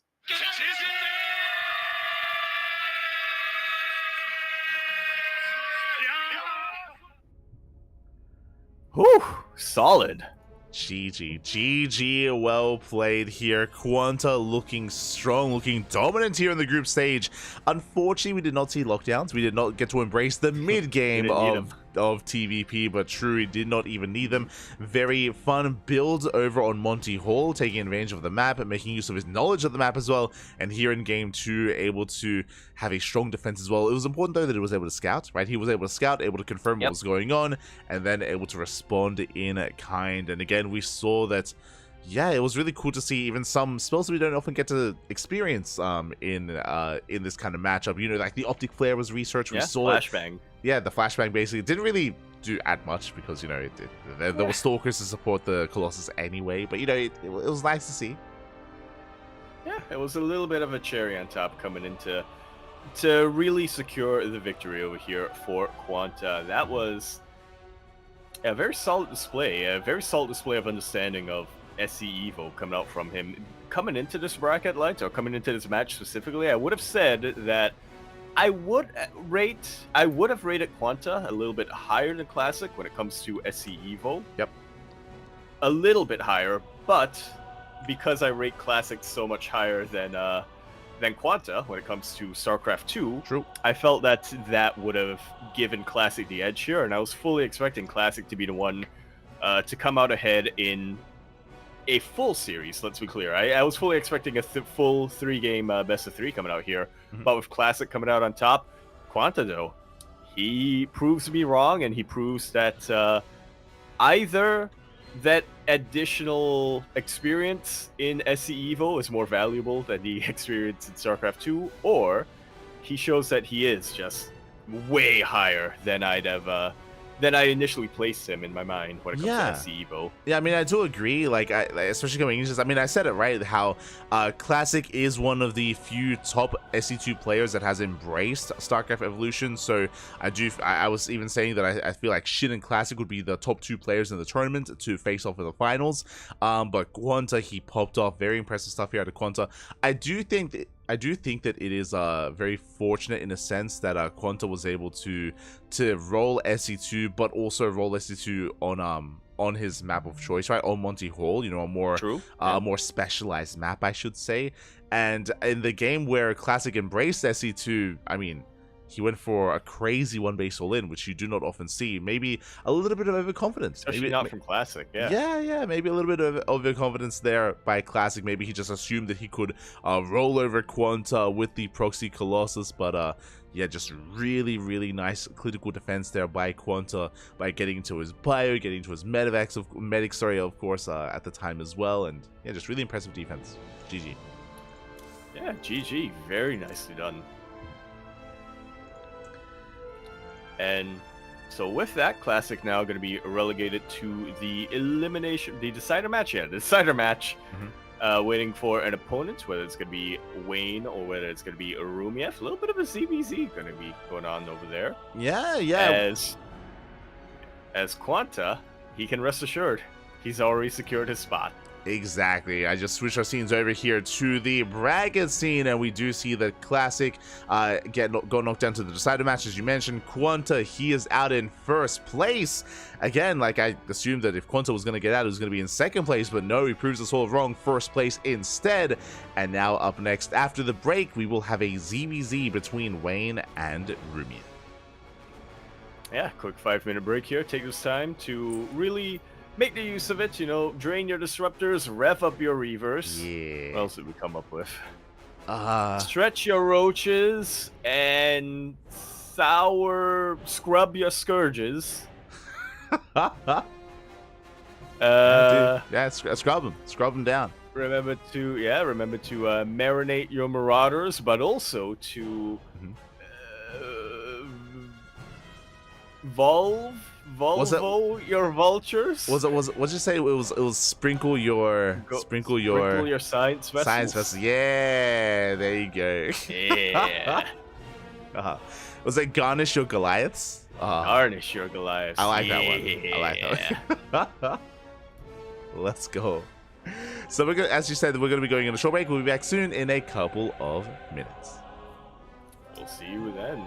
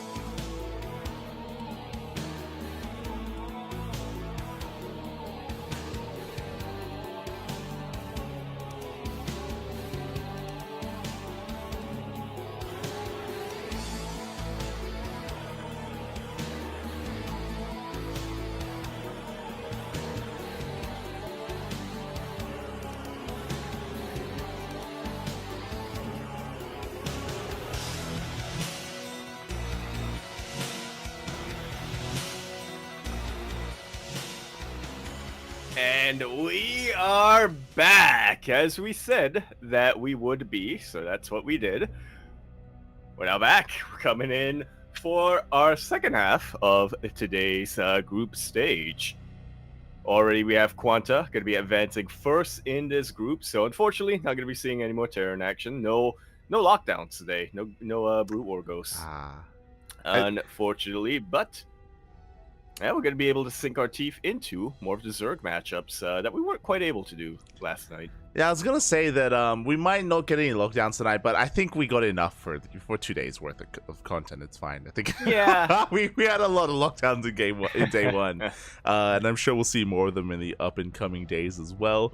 But regardless, as you mentioned, we can embrace the matchup that we were not able to last time. We did have a PvP mirror matchup in Group A, if you recall. Here in Group B, we have the ZVZ. Yeah, gonna have at least one of them. Oh yeah, we'll have at least one of them as we are getting ready to jump in. Game 1 is going to be on Troy, a map that we have not actually been able to embrace yet today. Yeah, and funnily enough, I would, in my estimation, probably the worst map for Zerg. So, yeah, we're going to have a ZVZ on it, and we're going to see who's going to be able to utilize the unique features of the map a little bit better. Yeah, I'm curious where they spawn in and how they do approach this as we are getting into game number 1. Indeed we are, and here we go. Spawning in the top right-hand corner map, spawning all the way in the top right. We have our red Brood War Zerg player for the first time this evening.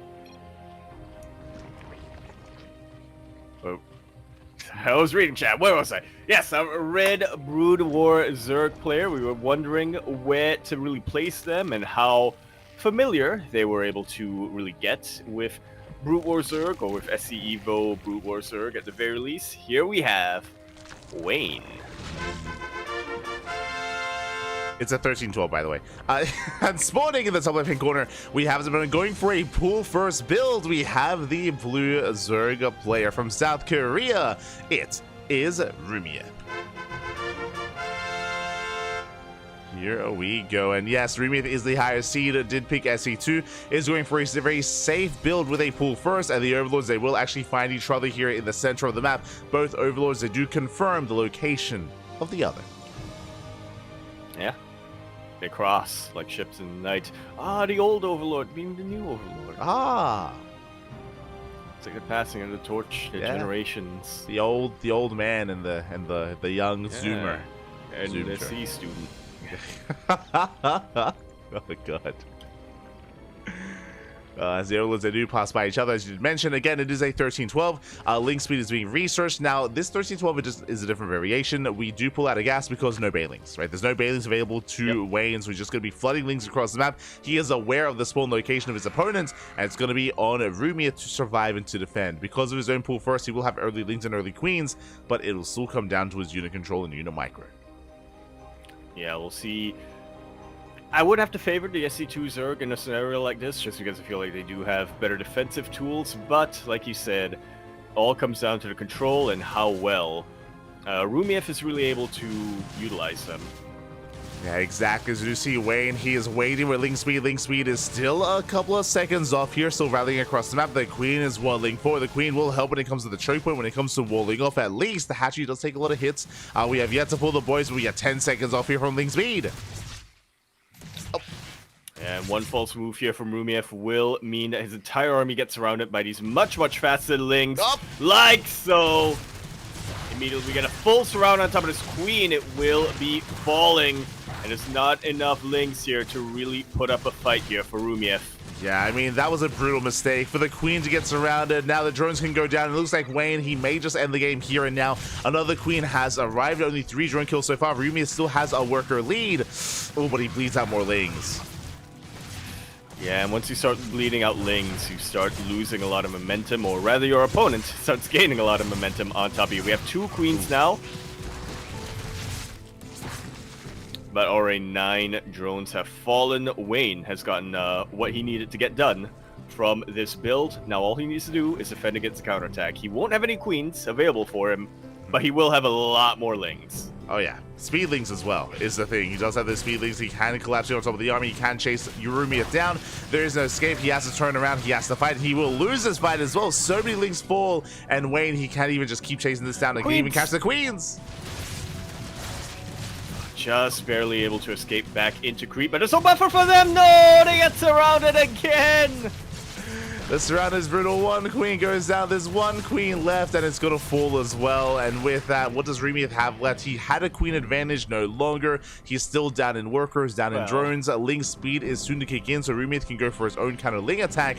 Meanwhile, Wayne rush into a lair, into a spire. 2 base spire as a follow-up. Very ballsy here. Now, Mutalisks, they're a little bit cheaper in Brute War, are they? I believe they're still quite expensive, which is why this is crazy. Fun fact, no anti-air, the Overlord saw everything. The Overlord of Remieth saw the lair and the spire as well. Remieth with a counterattack hits the 3rd base. He has his own speedlings. Ooh, does take a hit though. Has to be very careful with how he does engage. More reinforcements have arrived. And Remieth going to be pulling ahead slightly when it comes to the Ling count, but Wayne, some fantastic positioning with his own Lings. Able to chase us back, but now we have a counter surround. Yeah, reinforcements coming in from both sides. Alas, in the end, Wayne will come out on top. He will shut down the Lings of Remieth, and on top of that, we have the Mutas on the horizon now. Remieth will have some queens, that is true. He will have queens to defend, but the Mutas, they can just hunt down Overlords. They can hunt down Overlords, and they can even overwhelm individual queens as well, so Remieth is in a lot of trouble. No spores, no nothing for Remieth back at home. Meanwhile, on the side of Wayne, he has 1 drone in each gas. I mean, that's all he can afford. I mean, he has no drones. Like, Fair. He doesn't really have much of an economy to speak of, which is why he can only afford 3 Mutas. It's 3 Mutas moving out. But I mean, that's gonna be enough to hunt down Overlords, and the Lings here of Wayne. They shut down the natural. GG gets called, and Wayne will take game number 1. We're not even gonna see the Mutas. We're not going to see that. We didn't even need the Mutas there. That was kind of the icing on the cake for Wayne. A very chaotic game 1, but again, it did capitalize on some of the mistakes of Remieth. Again, Remieth, he was called out 1 too many times with his queens, and things very quickly snowballed out of control. Yeah, really strong unit control coming out here from Wayne. There were numerous times where I was starting to really worry for him. I mean, overall, I feel like going for a 13-12 like this in a ZVZ when you're the Brute War Zerg player is a massive risk, just because you don't have access to queens. You're already at a disadvantage economically, and your access to larva is also that much more limited. If at any point Wayne made 1 false move, lost 1 too many of his Lings, he would have immediately been counterattacked and flooded by the sheer numbers that Remieth would have been able to pump out. But Wayne, he was so careful with his Ling control, and he just absolutely made sure that each and every time he pushed in, he was able to get a full surround on a queen, take it out, and then just overwhelm from there. Oh yeah, exactly. Very important pickoffs there, especially when it came to the queen surrounds from the side of Wayne. And now the turns will table. Now we are jumping into game number 2. We're going to be loading into Whispers of Gold. StarCraft 2 map this time, and now Wayne has the ability to pick which era he's going to be playing. Oh yeah.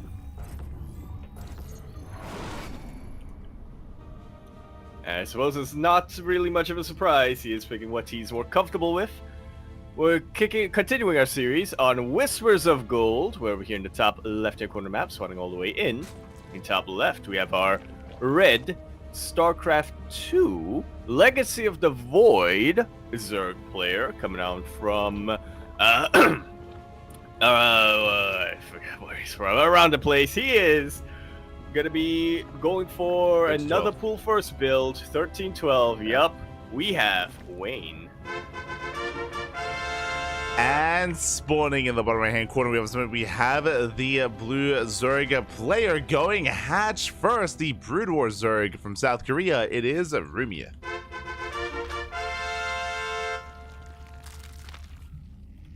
Okay, so very aggressive opener here built by Wayne. It's going to be a short series. It's going to be a short game here. Rumiath, because he's going because he's going a hatch first, it does mean that he won't have as strong of a defense as he did previously. But it is still possible for him to hold on. He can still, of course, respond, react, and respond to what he does scout coming across the map. But very little room for error.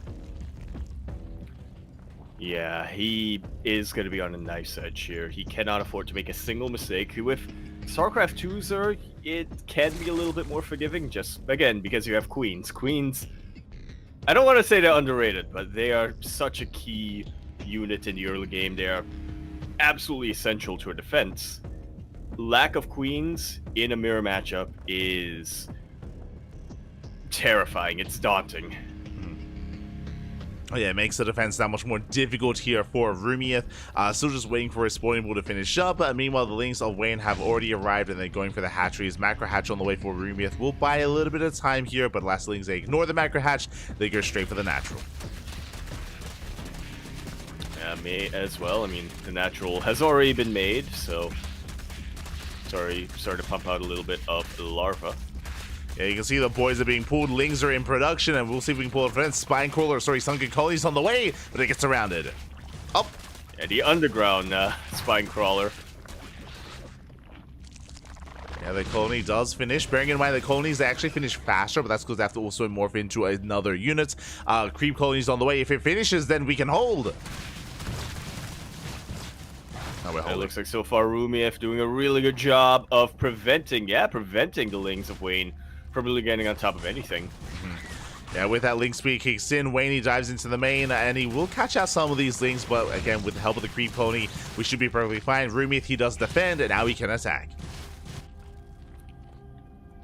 Yeah, Wayne, he's already starting to prepare for this. He's getting a bunch of his own lings, grouping them up back at home, banking them up back at home, and trying to get his queen in position.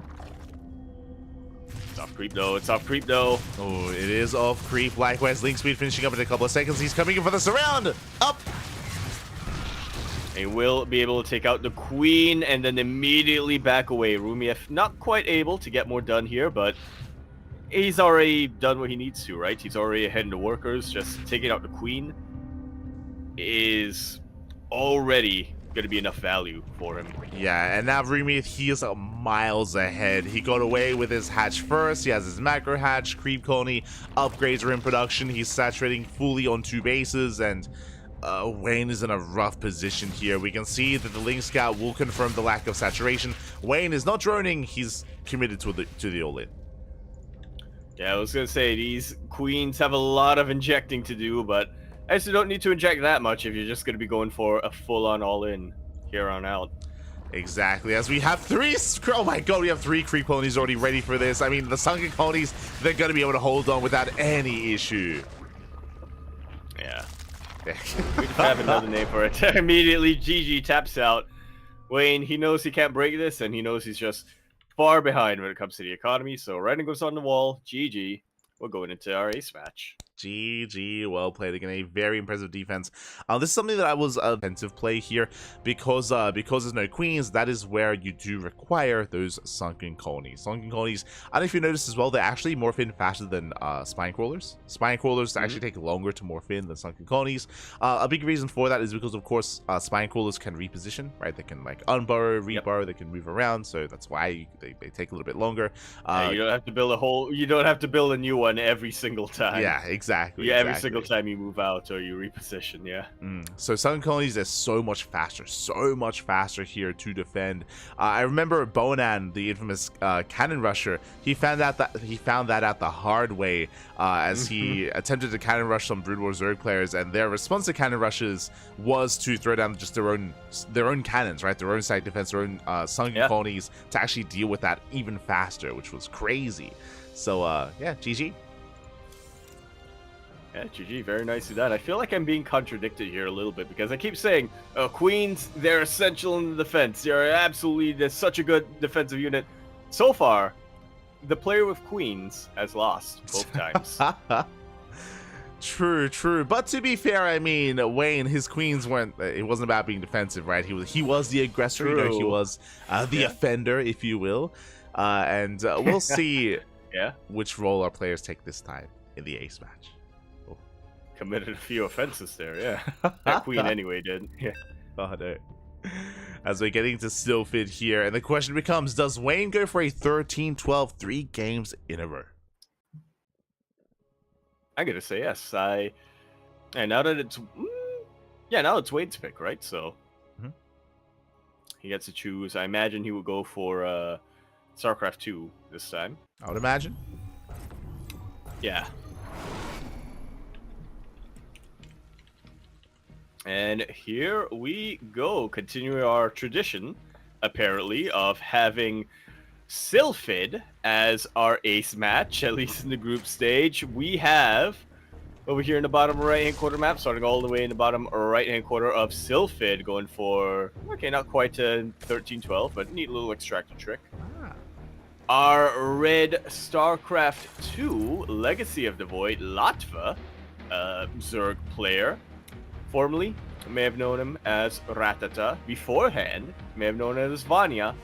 But now, he goes by Wayne. As he does go for a 15-15. Meanwhile, spawning in the bottom left-hand corner, we have the blue Brood War Zerg player from South Korea. It is Rumia.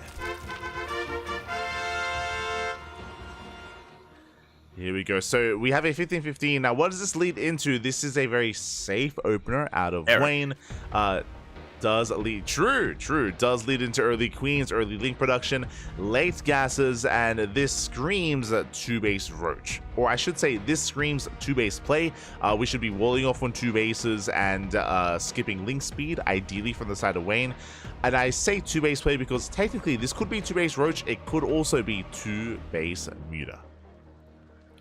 Yeah, we didn't quite get to see it in game number 1. The game ended a little bit too soon, but now it's highly possible. Now, these are going to be StarCraft 2 mutas, which, from what I can tell, according to chat, doesn't actually have too many differences compared to the Brute War muta. Yeah, so the Brood War muta does more damage and has more range, but is slower. The SE2 muta is faster.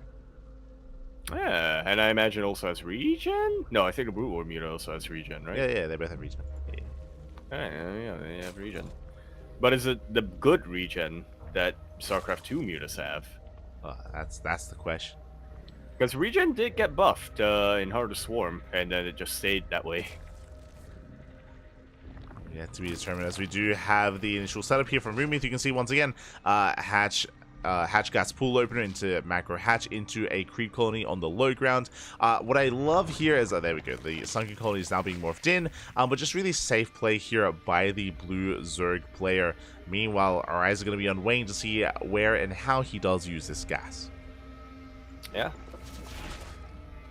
Taking this quite seriously, and again, this is a 3-player map, so it typically pays off to play things a little bit more defensively.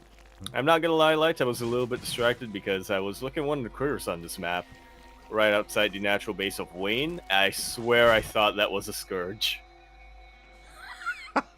Oh, it's a little boy. Look at him. It's like a little pterodactyl. It's like a mantis thingy. pterodactyl. Mantis? I mean, look at the way it's like got flippers. Like it's like webbed. At the back. Oh, you're right. It does have legs. Yeah. It's a seal. It's one of those like hydro kind of things.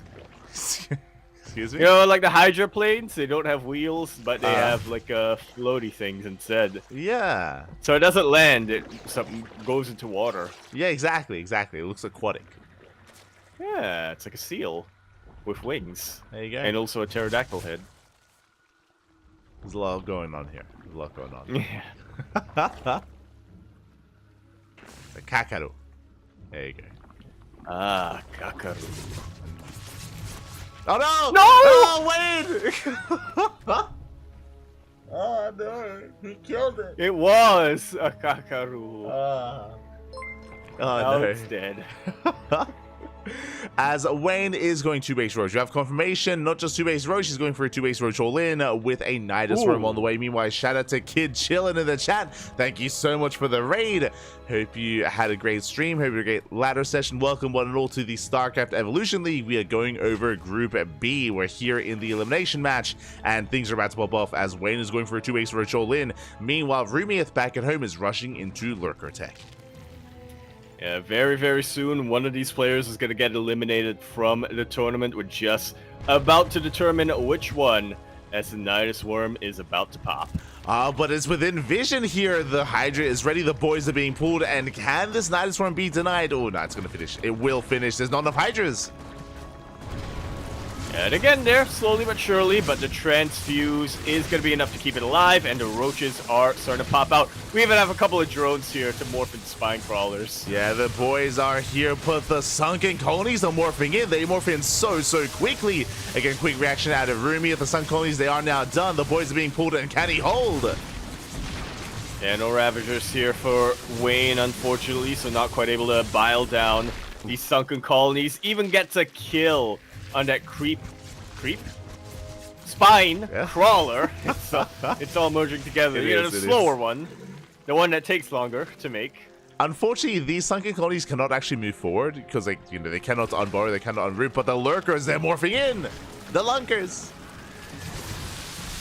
And arguably, that's all you need. We have a backup Nidus being thrown out in the middle of the map just as the lurkers pop up.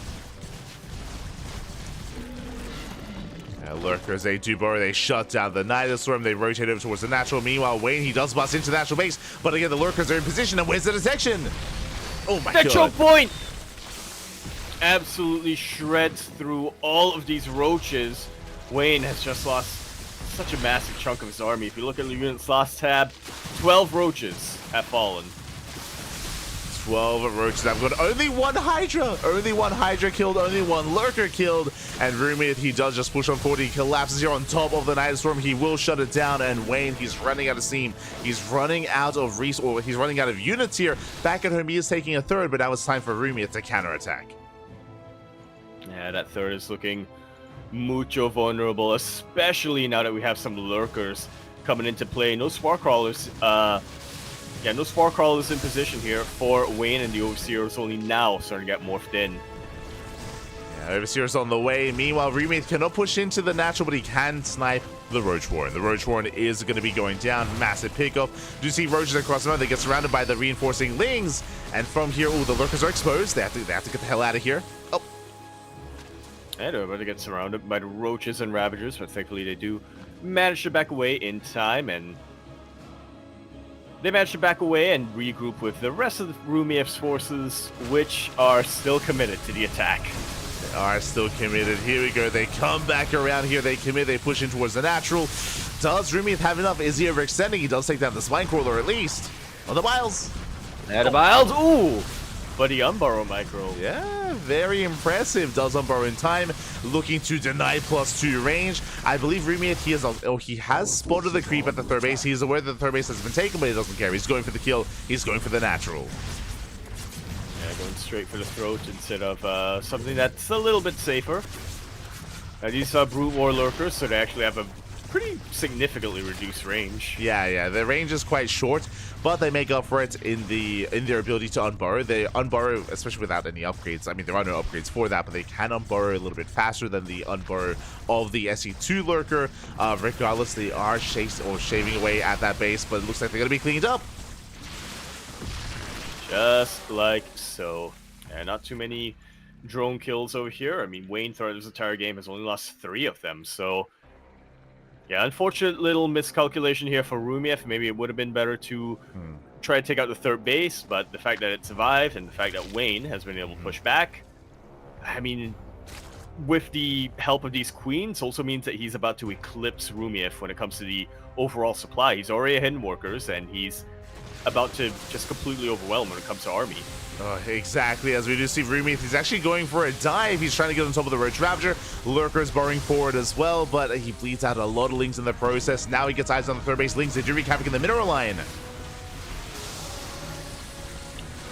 And now we're about to see Rumiev start to even things out a little bit, but it feels like it's too little too late. I mean, 8 drones do go down. There's no more mining in that location. That's a lot of biles in a location where the lurker actually already unburrowed. You could feel the anger from Wayne in that, the frustration, yes. I mean, it's a pretty terrifying road Gotta Ravager. buy something. It's a pretty terrifying road Ravager army, right? Like, there's a lot of road Ravager here for Wayne. He does have a massive supply lead. He's going to be moving out. Economically, I mean, it's quite similar between the two players, but I am concerned here that the Ling Lurker army of Wayne just doesn't really, sort of Rumi, it doesn't quite have the sustainability that he needs, doesn't have the health that he needs to survive here, as here comes the main army of Wayne. You know, it's weird, like, or I guess not that weird. It makes a lot of sense. When I see lurkers, Brute War lurkers, I don't get panic attacks like I do with SC2 lurkers. Yeah, there's something about that. They're very different. They're, yeah. They're a lot more manageable. They are. But they're also like, you know, they're lower tier, more balanced, lower tech units, I guess, in that sense. So they have a very different but role. you could get them earlier. Okay, it's coming. The panic is coming back. True. Lurker rushes, Papi. Oof. As Wayne does actually race back here, he races back to his third base. Rumith, he has defended, and Rumith, he can now drone up. We can embrace a longer game state. Oh, okay. We're gonna get some defilers, maybe. We could get there. True. Do we make defilers in CVZ? I'm actually not sure about that. I'll be honest, I haven't casted too many ZVZs. I feel like usually they end a little sooner. I don't think I've casted like 3 base versus 3 base ZVZ before. I think usually they end before that happens. So I'm ready for it. I'm ready. Yeah, we actually crossed the 10-minute mark, which is I think a record here. This game so far has lasted longer than the last 2 games combined. It really has. Meanwhile, massive lane counterattack hits the third base. That's going to be a kill. Yeah, and these Lings actually able to make it out of here. Okay, I was going to get into this whole, yeah, the Lings will probably die, but they are expendable, and they've already gotten value. But no, they even escaped. So, Rumiev, he's still behind. Do not get us wrong. He's still very far behind, but he's he's clawing his way back. Is going his way back in. Bearing in mind, Wayne has inflated army supply with Road Ravager as well. He's still ahead there, but not as far as it otherwise would seem. And is still being active here as well. He does have map control. Rumith, he backs off. Wayne is stuck on a 2-base economy, and Rumith, he can recover. He is trying to find any other stray pickups here. Wayne still doesn't commit, but it looks like Rumith, he does find some of these roaches. Yeah, and once again, these Brute War Lings, these bipedal Lings, that's a bit more impactful. I mean, typically I see a roach army like this and I think, okay, there's no way you can surround them with all these Lings. I mean, that's just, they act as their own buffer unit in a way. Yeah. Not when you have Brute War, the Brute War versions of these units. Yeah, that was a massive catch, by the way. The roaches, they go completely cut off here, and Rumith, he cleans up half of the army. Wayne, the other half, does have to get the hell out of there. Does at least save the Ravagers. Ravagers were saved, and Wayne has been teching. He's got his hive, he's got his own Hydras, and now Vipers as well. Yeah, but on the flip side of that, oh my god, Rumiev about to have queens. We get the contamination on the queen nest. Let's go. That's actually a really... Does that actually do anything? No, like... not at all. But it's visually... I was going to say, there's no research, right? Yeah. It's striking here. But queens are on the way. As you mentioned, now the queen does add the ensnare ability. So ensnare is like fungal growth. So you can try to lock down the... Yeah, but better. It can try to lock down the army. Ensnare doesn't lock down the army, but does significantly slow it here as the armies do pass by each other. Uh-oh. Yeah, ships in the night, but Rumiev going to be able to burrow his lurkers and get a couple of volleys off on top of all of these roaches. Infestors, no, not infestors, I almost said defilers. Vipers now out, and they have plenty of energy. Huge blinding clouds and some very nice yoinks on top of those queens. Yeah, I mean, Rumith, he's throwing away his entire army. He dives into the natural, dives into the main. He is getting economic damage, but he has to get the hell out of here. Reinforcements will hit the third base, and Wayne is being pulled apart. There's the ensnare. Yeah, we see it in action. It slows down the drone significantly, but unfortunately for Rumiev here, there's not a lot that could really capitalize on top of that. He had 2 lurkers, something like that, but yeah, the majority of these drones will make it out. Snare still. I say these drones because the rest of the drones Look everywhere how else, long yeah, is they're Snare dead. last? It's still ongoing, by the way. It's still there. We go. It just ran out. Did it just run out? Well, the thing is, when you struggle with Ensnare, it lasts longer. You just need to calm down. You just need to stand still. There you go. Yeah, just let it happen. As we do see 47 drones falling. Fourth base goes down. We do get the power bombs here on the Queens. So the Queens, I believe they should be going down. Yeah, they will fall here to the Parasite bombs. The Vipers, they come out on top. Wayne, he will defend. He will stabilize somewhat at least, but he is down in the economy. Yeah, both of them. Oh, he lost the main. Both Queens will fall. Yeah, he lost his main. He lost his. It wasn't a hive yet, but it was in fact a lair. So no Hydra's gonna be able to be remade. It was a hive. True, it was a hive against the Vipers. So yeah, no more Vipers, no more Hydras, no more anything other than just Lings and potentially Infestors. But I don't think he even has enough of an economy to get into that. Yeah, exactly. As the main armies, they do clash. That one Lurker doing so much damage here in the backline. Where's the detection? Where's the Overseer? Uh-oh. Where we're going, we don't need no Overseers. GG is called in the end, though, and Rumiev going to be taking that series 2-1.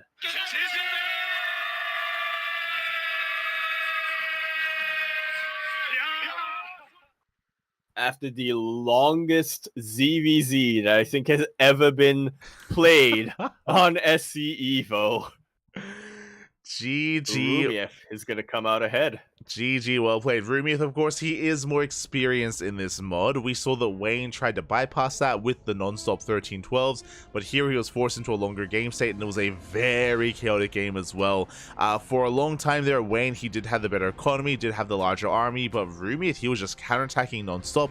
Also, because of the additional lurkers, because of the earlier lurkers, it was actually really awkward for Wayne to have detection. There were actually multiple times where he was actually, where he did have Overseers, but they weren't quite in position, and he was taking some rough fights in lurker range as well. Just a really chaotic game state, and yeah, Rumiev, he was all over the place, and at least we were even able to see for the first time, at least for the first time showing you, Queens, and then Snare. And the flying Queens, the better Queens.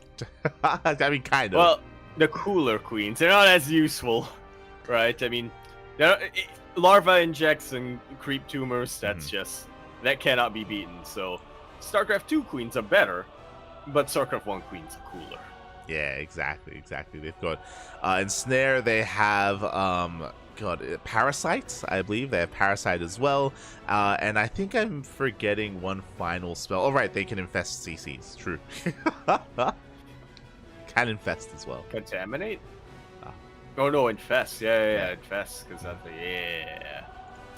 it's not like contaminate. There we go. But regardless, GG, well played. Rumiev does take the series as advanced. So my condolences to Wayne. Again, Wayne, he was coming in as more of a dark horse, a bigger name in SC2, of course, but lesser in StarCraft Evo.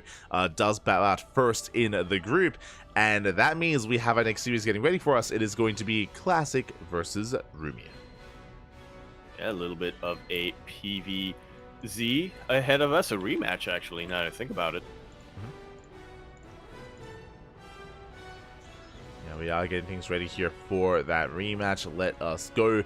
And we'll see if Classic can replicate that success, or if Rumiev just needed time to warm up. Maybe he's ready here for that second round. Yeah, that was a very chaotic series that we saw against Wayne, but in that we were able to kind of gleam Rumiev's style, and that, you know, he's definitely in form coming into this. I hope that warm-up is gonna be... I hope he's gonna be able to make the most of that warm-up, though, because that first series we casted tonight, that was, I think, one of the more one-sided series we've seen so far in the tournament. Yeah, I mean, it still went to the ace match, but as you were saying, you know, when it came to the play of Classic, it was it was quite solid, quite strong, and I'm sure he is ready to replicate that once again. Meanwhile, here we go. We're jumping into game one. It's going to be on Ley Lines. Here we go. The rematch, which I believe this was the same starting map that we had between the two of them, right? Yeah, I believe so. So. My memory, you know. Yeah, this was the game where I believe Rumiev tried to Hydra Rush, if I remember correctly. Yep. Did attempt to Hydra Didn't Rush. work out against the Adepts. No, did not work. Yeah, and something a little bit more familiar this time, as we have the same eras for 2 players. But regardless, we're going to be jumping into ley lines over here in the top right-hand corner map, starting all the way in the top right. We, of course, have our blue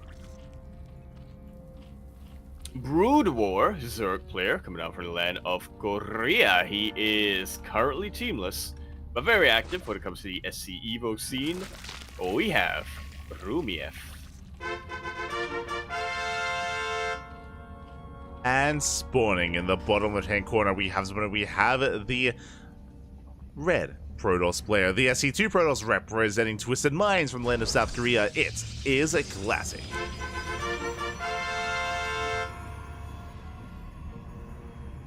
Alright, how is this gonna unfold? Are we just gonna see a repeat of what we saw in the previous series, or do we have different tricks up?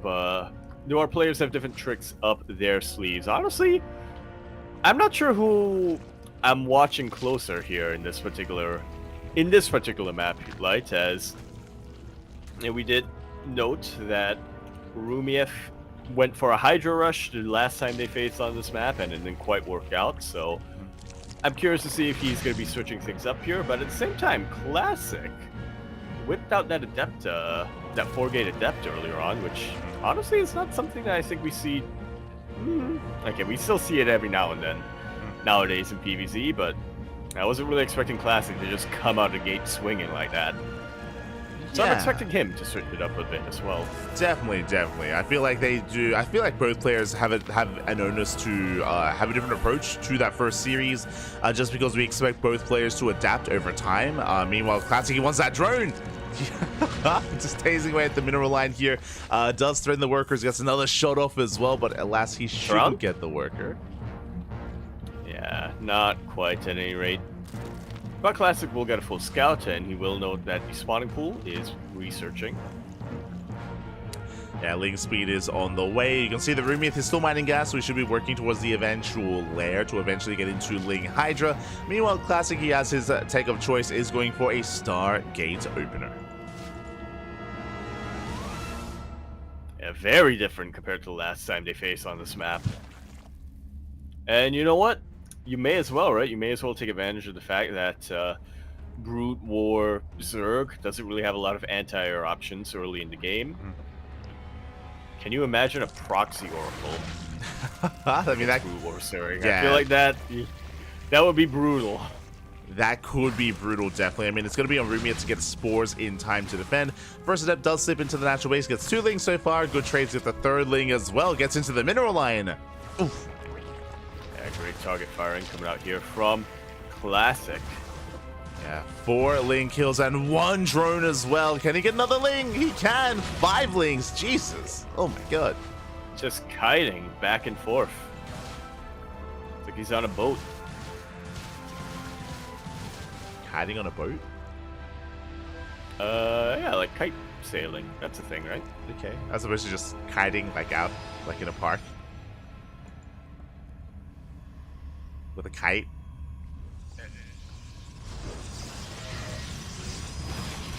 What is a kite? I've never seen those in real life. True, I think true. it's an invention. Is there It's like mythological. It's a mythical creature. is there open space in Singapore? Is there like a do parks exist? Like where you can like There run aren't. around? Okay. There used to be, but then somebody got injured, and so they banned running in the parks. Ah, there you go. There you go. Now they only power walk. Exactly. Yes. They have to be like the old zealots. No Okay. more Naruto running. As Oracles, they get across the map. They do get 4 drone kills. The Spores are in position to at least zone away some of these Oracles, but they all do turn 5. And again, they don't have to worry about Queens chasing them down either. At least not until the Hydras arrive, as the Hydras are now popping out. Yeah, you know what they say, Hydras, they're like queens, but not. True. They do shoot up there. They do. They also shoot down. And they Crazy. shoot sideways. And the Hydras are building up. Likewise, we have Hydra Speed on the way as well. Classic likewise getting to his third, so it's just going to be a Stargate opener into Oracle into a third base. Triple Oracle here from Classic. Very SC2-esque, kind of like your go-to SC2 build. Are you going for the stasis into the main? Up! We'll get a couple of drones. Likewise, stasis into the natural base. No reaction! Oh my god. This one's more brutal. Yeah, we can see the income start to plummet here for Rumiev. And meanwhile, Rumiev, he moves out across the map. He is going for his Hydra push, does cancel the third. Very nicely done, as Classic has very little to defend, going for another stasis trap into the main base, but the stasis is going to be denied. And can Rumiev break into the natural? Well, we're about to find out. So far, yeah, Classic does have a lot of range units to really work with. He's only warping in Zealot so far. He will be able to get a Sentry and a Stalker before the Cyber Core goes down, though, so provides him a little bit of utility. Oh yeah, as we do have more stasis traps once again. Oh, no reaction! Another brutal stasis into the main, a stasis into the natural as well. Both mineral lines. There's barely any mining, any economy going on here for the Zerg, and Classic is working towards his Charge Lot Archon push. One of the more punishing compositions here against Hydras. They may not be light units in Brute War, but they still tend to clump up very, they still have a tendency to clump up quite a bit. They really do. As Hydras move out, they try to intercept the Oracles, will escape somehow, some way. They do manage to slip out of the main base. They do manage to break out, and Classic is now building up his death pool of an army. Without lurkers, I do worry for Rumiev. Quickly checking his tech, Lair just now has begun. Oh no. This could be disastrous. Yeah, we'll see. I mean, Rumiev does have a good amount of Hydras though. Like, that's a very hefty Hydra count, and there's not that many Zealots. Yeah, he's taking the initiative. He knows that the best defense is a good offense, and so he's going to try to keep Classic pinned to his side of the map. The force field will be pushing this back for the time being. Very clutch defense here from Classic. Now, likewise, more stage traps across the map. This time, Rumiev does notice, he does pull away in time. Only one drone gets caught out. But as you mentioned, as we have mentioned in the past, Ley Lines is a very defensive map. You have these narrow ramps coming into the third, into the fourth base as well. And all it takes is a couple of force fields and you can defend. These Zealots, I can't bear them. They do have they do have shoulder pads, which is something. Something that the old Zealots didn't have, but they're wasting electricity. They're wasting electricity, and it also looks like they're a little bit bulkier because they've got like armor plating around them, right? Like they're wearing more clothes. They've got padding. True. Kids these days, they don't know how to get clothes that fit. Like the Brutal Zealot is like taller and leaner and and also only wore the bare minimum. Yeah.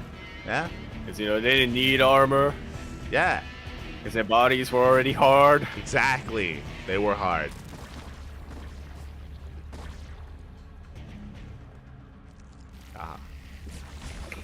Archon jump into the natural. Yep.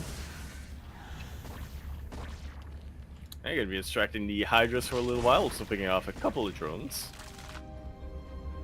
It does distract for now. Lurker has now finished researching, and now Lurkers are on the way from the side of Rumiev. Meanwhile, Classic just taking fourth base, and we are looking to embrace the mid game here. Classic is keeping his High Templar back at home, building up those storms. Meanwhile, Rumiev likewise is building up his Lurker count. We could embrace the longer game state. Oh, okay. That's something we weren't quite able to do with the other Zerg matchups, or the other matchups that involve Zerg yesterday or even today. Yeah, we could see Defilers, maybe? Yeah, I mean, Defilers is going to be a big part of this. As we say that, Rumiev is getting into the Spire, though. I'm curious how he wants to make use of that, as Classic is pushing right through the center. Now, Classic does have a massive supply lead. The reason for this is the stasis traps. It's kind of like inverted damage, but over time, Rumiev, his economy has been struggling here because of the non-stop stasis traps, and as a result, Classic is almost maxed. Yeah, Classic is almost maxed, and Rumiev, like you said, he's just struggling to get much of anything right now. He's behind in the worker count. He's behind in the army supply. Tech-wise, he's doing all right. We got Scourges! Okay, Scourge. Let's go. There's nothing I mean, I guess they can kill the prism. Oracle. Yeah, the prism. oracles. Sure. That's a big investment. No detection. Oh my god, the High Templar. Oh, Pretty much all of them, almost all of them gonna fall. Only one remains, and it's it's very much on the brink of death. That was 5. That was 5 High Templar going down. The Observer was late, and that was a massive blunder for Classic. And because of that, any momentum that Classic had earlier on, he's just pretty much forfeited it right here and now.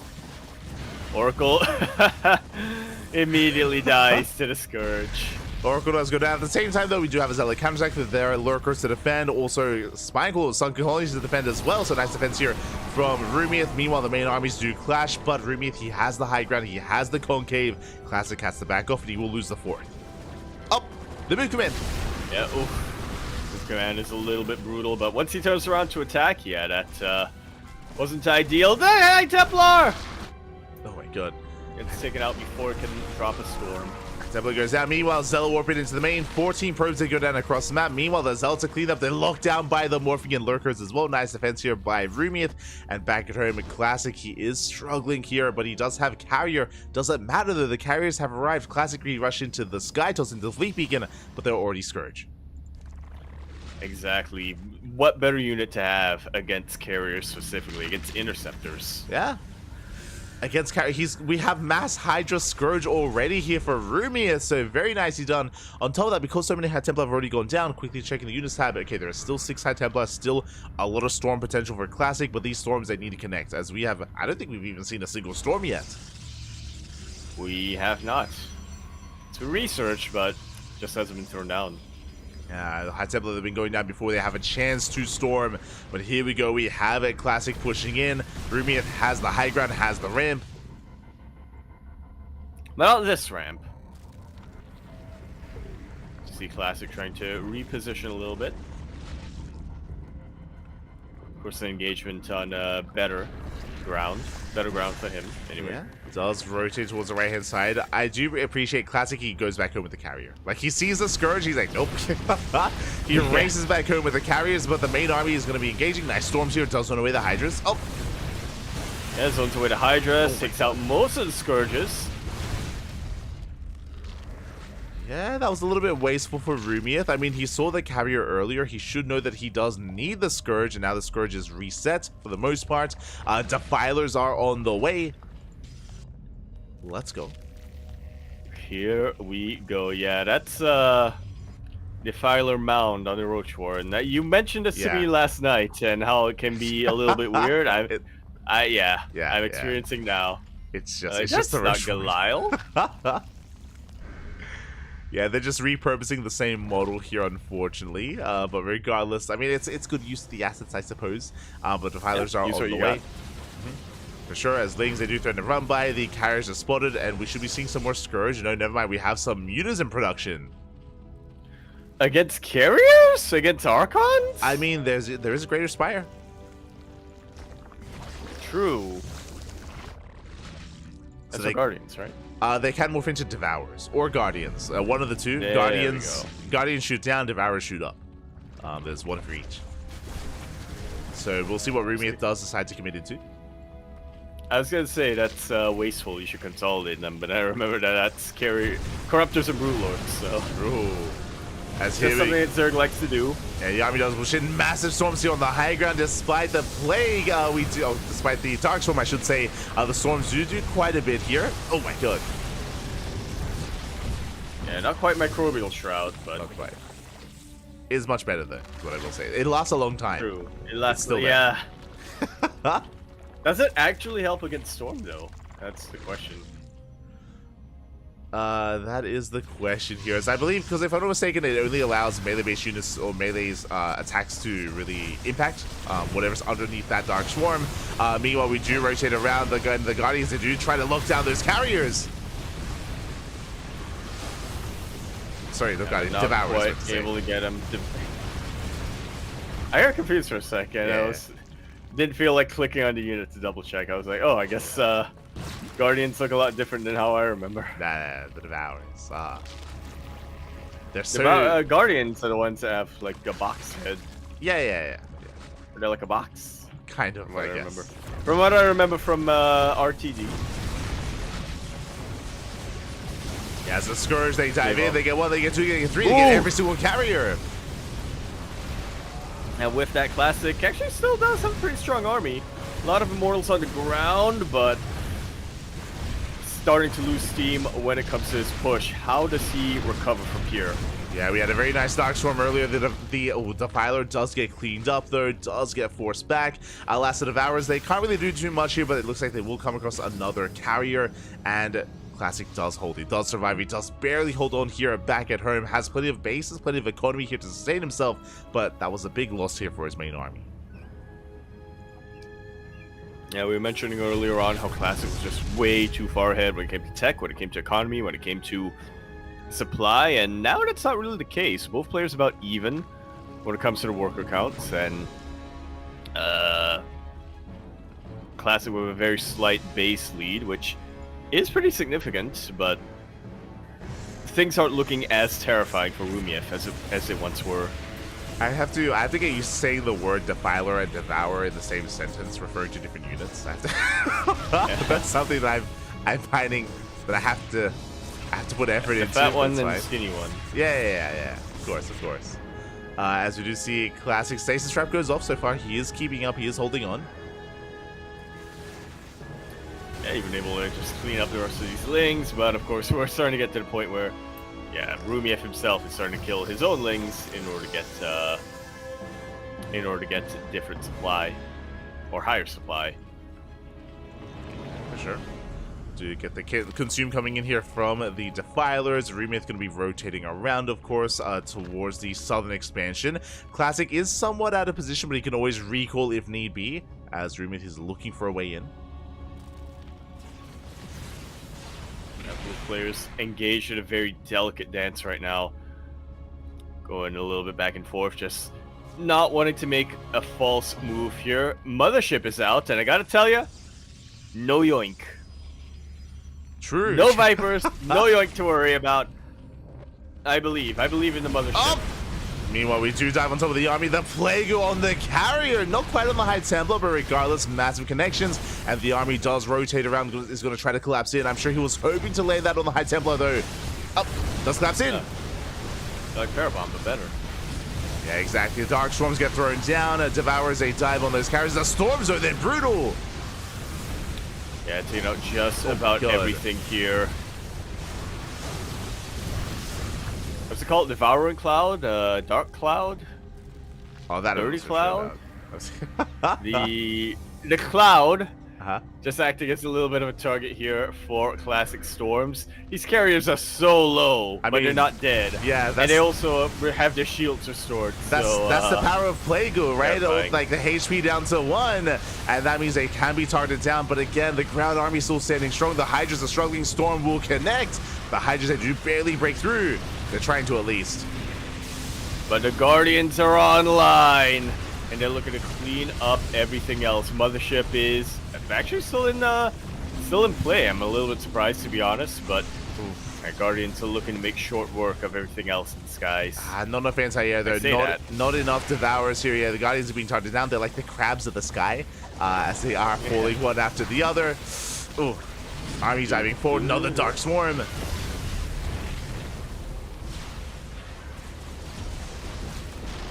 And I thought I saw another Plague, but that's not.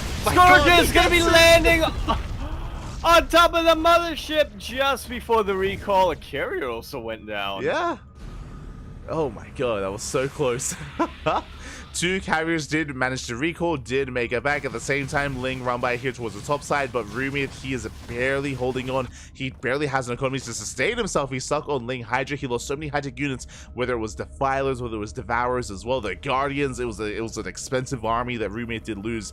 Classic, he still has been able to replenish that much faster, making 3 carriers at a time.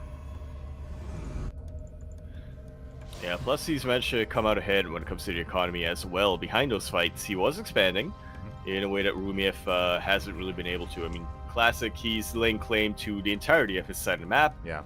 while Rumiev still has a little bit of ways to go. Yeah, we're in this kind of game state where the Protoss has a better economy than the Zerg, so that is also why Classic can afford this kind of intense kind of army composition here with the Skytoss, with the Immortal, with the High Templar as well. And Rumith is struggling. He has been it has been quite impressive to see some of these fights, despite the supply advantage for the Protoss. Like, Rumith has been holding on, but things are looking a little bit bleak here for him, as he is very, very limited with his gases. He's making a lot of lings. He has to rely on lings instead to try to hold on. Yeah, fun fact about lings is they don't shoot up. Yeah, they attempt to run by, but the carriers, they shut down the lings. Ay, Classic, he's about to max out. He is going to be pushing, and it's going to be a tough hold for the Zerg. Yeah, that feels like a little bit of an understatement, right? I mean, how many spellcasters do we have left? We have 2 Defilers. We have an Ultra for some reason. 2 Ultras! Okay, it was intentional. Yeah, we have the Ultra speed upgrade on the way. Ultras are amassing as well. I mean, that will help against the High Templar. Like, specifically, that's what their goal is to get on top of the High Templar, to shut them down, to get rid of that Storm capability here of Classic. But I'm still concerned about the mass carrier. That's still a lot of carriers. Yeah, what is the answer? We have 1 Devourer. Yeah. And a bunch of Hydras, which... Hydras are alright, but a couple of Storms will make short work of them. I mean, if we can get another Plague, on the army, then maybe, but that's really what it's going to come down to, as the center base is under fire. We do see Rumith trying to come in from behind. Come on, show me the Plague, show me the Plague. There's some very impressive Storms coming out here from Classic. Yeah, the Storms do deal with most of the ground army. The Darkstorm does help, but Rumith, he has to back off. He cannot quite engage, not into this kind of army. Cloak is activated. Rumith, he has to back off, is still building up and still focusing on purely Hydra Ultra. And some Scourge. Yeah, because what better way of dealing with the Sky Army before clearing up your ground army? It's like the opposite of Banelings, right? It's you get a bunch of Banelings, so then when they die, you can get useful units. As the Swords, once again, they zone back the army. Ultras push forward, but the Archons, they just melt the Ultras into Dark Swarm, though. Oh my god. See, 0 damage on the Ultra. Yeah. And that Ultra, that's the whole position. That Ultra was just standing there and taking it. Yeah, the power of the Dark Swarm, mate, whenever it does get thrown down. But we do see Rumith rotating over here. Again, has plenty of Archons. Rumith trying to keep up.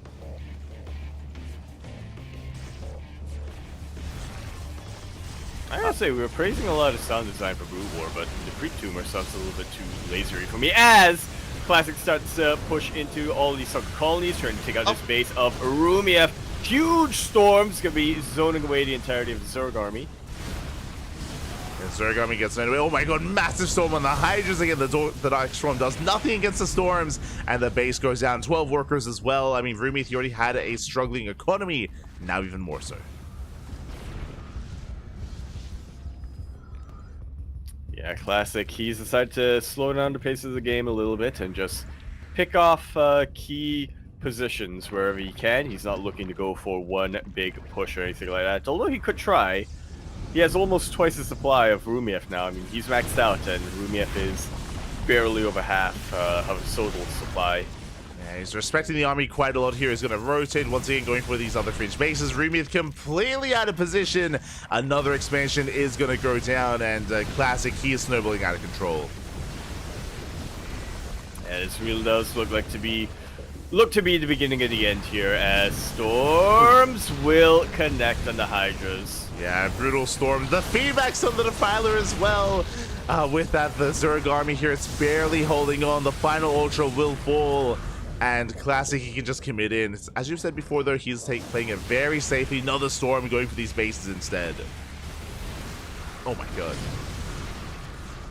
Yeah, just start him up. That was a kill, not a cancel.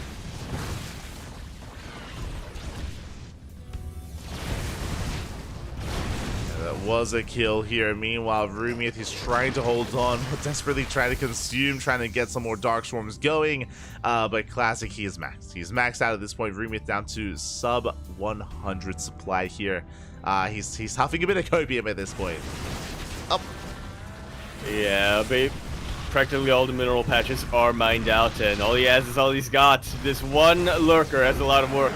Has his work cut out for him, but unfortunately lurkers cannot shoot up. GG. Classic. Gonna take a very patient game number 1. GG, well played. I mean, you say that it was a very intense game 1 as well. We, for the first time, got to see the mid to late game as well. We had a lot of really good engagements from both players, but as we saw over time, I do think that a big factor was the fact that Classic was freely expanding, and very rarely did we see Rumiath try to delay or try to get any economic damage. Classic, he was able to just sustain himself, sustain those losses, and yeah, his economy was almost untouched. Yeah. Well, I mean, he was focused on defending, right? Rumiath, I mean. There was a lot of poking, a lot of prodding, a lot of movement with Classic's army. Poking and prodding to take out the... Later towards the game to take out the fringe bases, but for most of that game, mostly just to keep Rumiath back and keep him on his side of the map. Later down the line, once Classic was able to max out, and once he was able to really make sure that he was starving Rumiath out, was able to just go for the kill. Oh yeah. Yeah, exactly. As I'm not sure if he even had it, didn't have the confidence to do so regardless. But now we're getting into game number 2 here, and we'll see where this takes us as we're going to be loading into Whispers of Gold. Here we go. Another throwback to earlier, when they played earlier. Yeah, true. The races are going to be switched though in a sense. This time we're going to be seeing Rumiath with the SC2 Zerg race and Classic with the Brutal Protoss. Also very quickly, see a repeat. Huh? Oh. Go on. A repeat of the Zealots just getting surrounded by Lings. We'll see. We'll see. Also, very quickly, there were some people asking in the chat, like, well, why are there some brutal units coming into play here? Shout out to those that did respond in chat as well, but welcome one and all to StarCraft Evolution. This is not your typical SC2 series or SC2 match. Welcome to StarCraft Evolution instead, which is a mod.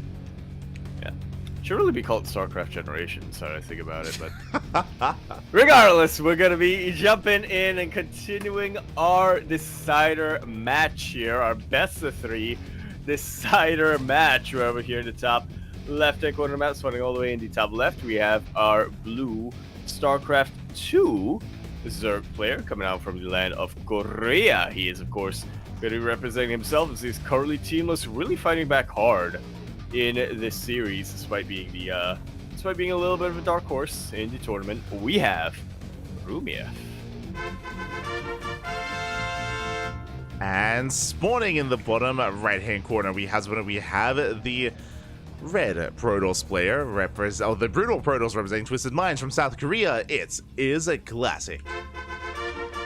And I'm getting deja vu because once again, Classic opening up a 2-gate Classic, going for, I would imagine, 2-gate Zealot Aggression, which I believe is the build that he went for last time. Yeah, which he ended up losing with. It's true. As he wasn't able to defend against the Roach Ravager counterattack that Rumiath was able to whip out. But hey, I mean, we were talking about how Rumiath, he Classic versus Rumiath earlier on. That was the first match of the evening, and that both players maybe not fully warmed up here. So I would imagine that both of them, and in this case Classic, since he lost earlier on this map, has been able to tighten things up a little bit and has been able to... He's going to bear that in mind while playing this map. He needs to know that, yeah, Roaches, Ravagers, that's something that can come and kill me, so I need to potentially prepare a defense earlier on. For sure. As once again, he does open up with the 2 Zealots. He's going to be moving out. The power walking is upon us. And as you can see here, the Zealot significantly less armor here. Also, it looks like they have it was trendy like back in the day, but they're not suspenders, but they're like hanging down from the hips. They're like, do you see? It's like God. I know what you're talking about. Yeah. I don't remember what they're called. Yeah. But it's like, it's not really a belt. No. It's like it's more like there's some like chain or ribbon coming out of your pants. Yes. They have back in mid 2000s, I want to say. Yeah, that was a big thing, like back in like the shuffling days. Yeah, it was like really. Yeah, back when nu metal was a thing and everybody tried to be edgy. Yeah, Linkin Park popularized it, I feel. Yeah. Whatever that's They called. just have chains coming out of their pants. There's a term for it. There but I is. just call them chains coming out of their pants. God damn it. Regardless, as LT poke in, they're going to be forced back by the Queens by the spine defense this time, and Rumiath will hold. Lings, they move out for a counterattack. We do have Dragoons amassing up back at home. Classic, he should be able to defend, should be fine against this. And this time, Rumiath is droning. He's not rushing into a Roach counterattack. Yeah, no real need to this time, as Classic as well, not being anywhere near as aggressive as he was earlier today. You're looking it up right now, aren't you? I am. Can hear the typing. It's bothering me as well. I wanted to, yeah. Pants, chains.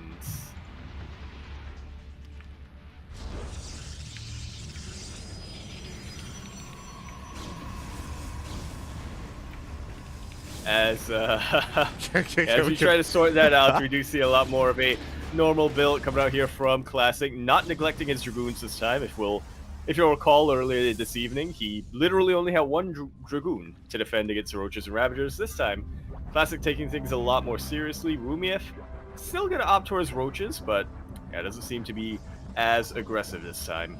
Yeah, exactly. As we are getting ready for the Reaver drops, let's go. We have the shuttle already out. Reaver's in production. Shuttle speed is on the way, and Classic will soon move out with his initial opener. Meanwhile, Rumiath back at home did drone up to 2-base saturation. He's getting up to 2-base saturation, but has already begun Roach production. That's already 9 Roaches on the way. That is quite aggressive this early on, and it looks like he's getting ready for his own move out. Yeah, he's going to be the one to take the initiative this time, but Classic, a lot more prepared for it. Why are they coming out of pants? I may or may not have just zoomed in on one of these zones to get a look at him.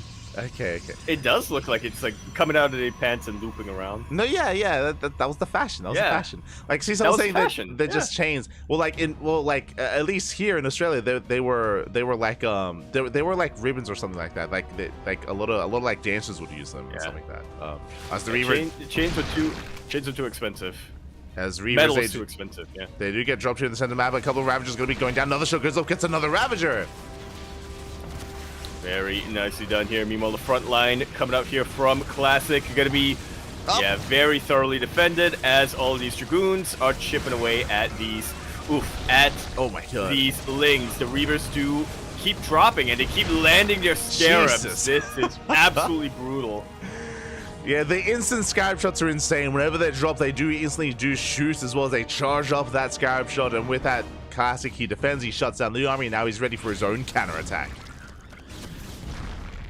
Yeah, really learning, really adjusting pretty perfectly compared to the early game that they played. Classic, you gotta be careful though. You don't have a Warp Prism. The pickup range of these shuttles are significantly decreased. Likewise, you also have to be careful with the Reavers because if you leave them on A move, they will attack buildings. So bear that in mind as they did shoot the Ravager. Meanwhile, so the Roach Warren, one Reaver does go down. Oof. But another Reaver still in play, still able to get a Scarab off, and yeah, there's some decent splitting coming out from Rumiath, but at this point I fear that Classic just has way too much Protoss. Yeah, he really does. As another shot goes off once again, we do see the nice control here with the Dragoons. They do dodge those Ravager shots. Roaches are falling, and Rumiath, he's up against the wall. He's barely holding on.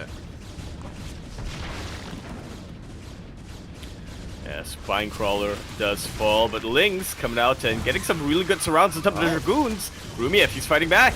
Oh my god, massive Reaver say shot that. about the Lings. The Lings go down, but the Roach Ravager is going to be enough, and it looks like Rumiath will still hold. Oh my god. Yeah, Classic gonna try to reinforce this with fresh Dragoons. Yeah, he's staying on the front lines. I think something that's just really impactful. I mean, we spoke about it before, how it isn't really correct to like kind of compare the Reaver to the Disruptor because it's so. Oh, as the Reaver goes down, but it's so similar to like an Immortal. Like it's like a cross between like the Disruptor and the Immortal. But the attack rates compared to a Disruptor is insane. Like it shoots so much more often and so much more consistently than the Disruptor. Absolutely, it's like a Disruptor, but a lot more reliable. Yeah, it is. Guard, a lot more consistent, as you said, and also, yeah, they formed the backbone of a lot of Protoss defenses here. As you Root War. Oh, the pickup micro, both Reavers barely saved. Roaches are getting on top of the Dragoons, but last there are plenty more Reaver shots where that came from, and the Roaches are going to be completely cleaned up. That Scarab falling right in the heart of those Dragoons. You could even have 2 Scarabs out at the same time. You can't do that with Purification Novas. You can't. You can't. It's crazy. Insane, yeah.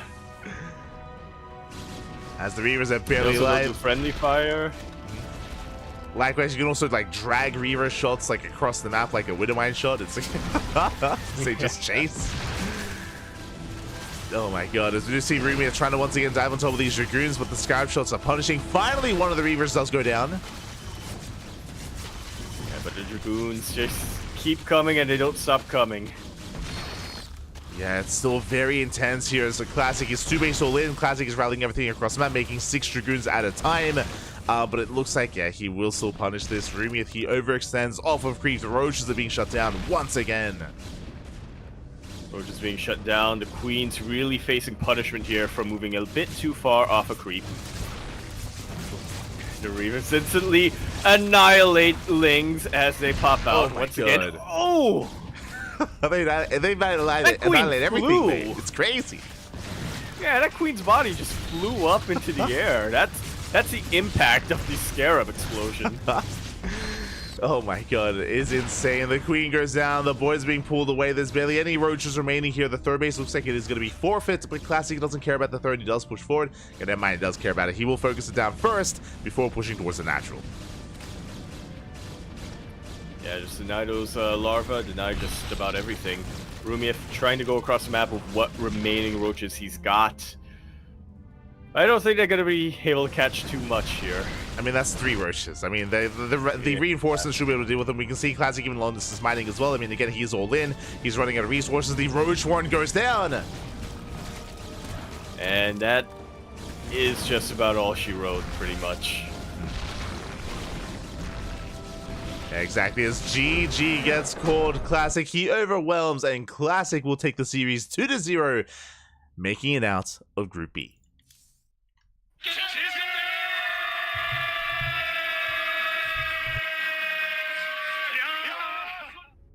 GG. Nicely done here from Classic. Once again, just kind of learning from the mistakes of the previous series.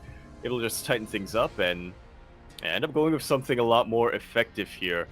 Rumiev, he switched things up a little bit as well. He went and decided to be the aggressor this time. But after his initial push kind of got deflected, I think he didn't quite realize that Classic was going to counter with a 2 base all in until it was too late. Yeah, exactly. He wasn't quite able to keep up with that. And again, just very nice unit control from Classic. I think what's more impressive, actually, is what I will say, is that the shuttle micro to keep the Reavers alive is a lot more difficult because of the pickup range. Right, the pickup range on the shuttle is so much shorter, so much smaller, so it's so much more unforgiving if you do slip up, and if you do mess up, it is more difficult than War Prism Micro, for example. So yeah, just really impressive control there from Classic. Did end up losing some Reavers from time to time, but overall it was still just a more efficient trade, and still just did overwhelm Rumia.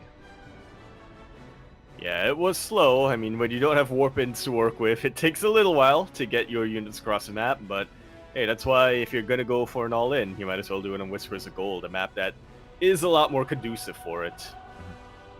Oh yeah, for sure, for sure. I mean, that goes both ways, right? But yeah, defensively, at least initially, the Reavers were out of this world. And with that, congratulations to Classic as we can switch our scenes over and go over the group itself. It was a very intense group. A lot of amazing games were held here. We were able to feature Quanta, as Quanta was the first to make it out of Group B, followed by Classic.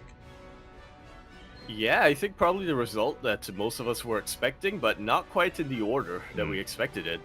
I think we were all looking at Classic as one of the heavy favorites coming into the entire tournament itself. But Quanta was able to make him bleed, was able to take him out 2-0, or take him down 2-0. And as a result, Quanta makes it out first, followed by Classic. Yeah, I mean, Quanta does not drop a single map. He does go undefeated True. in the group stage. So I think Quanta really cementing himself as one of the favorites in the tournaments. Like Quanta, he is a really good player. I do rate him quite highly. Coming into this, even I did expect Classic to make it out in first place instead, which is why I'm very impressed by Quanta. I look forward to seeing how well he does in the playoffs. Oh yeah. Definitely has it in him to make it pretty far, potentially even to the finals. We'll see. Yeah, we shall see. With that, though, that is going to be the conclusion of Group B.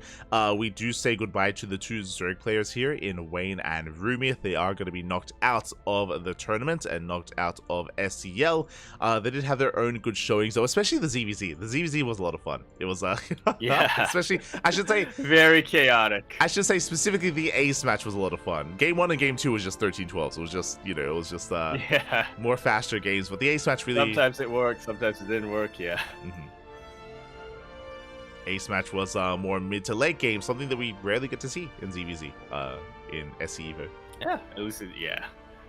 We actually got to see some queens in that game. Oh yeah, did get to see those queens, and with that, that is going to be concluding our broadcast here for the evening. Just going over all of Group B. If you want to check out Group A, I do recommend the VODs. Group A was also a banger of a group, and we did cast it last night, so I do recommend it.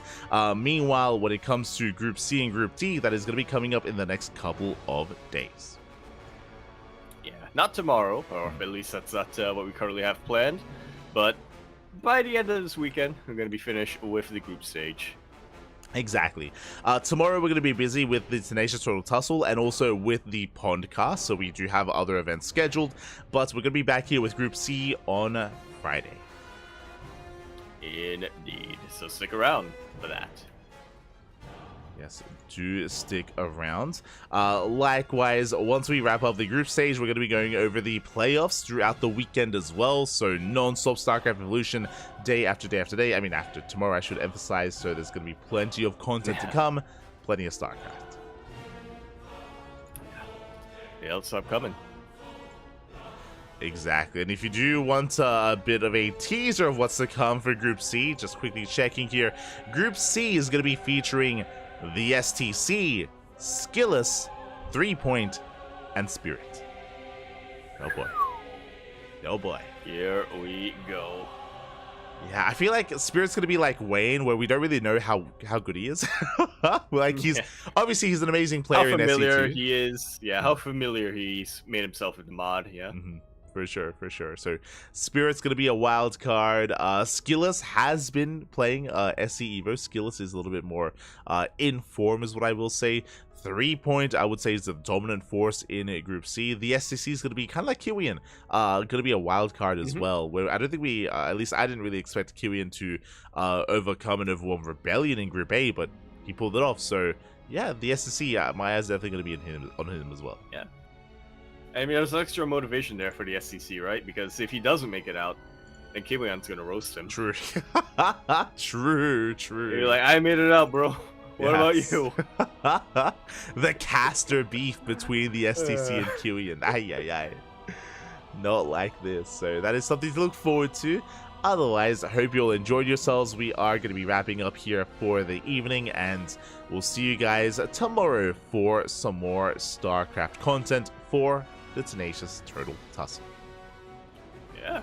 In less than 12 hours, if I have my math right. Oh yeah, just under. Whoa. Just under 12 hours time.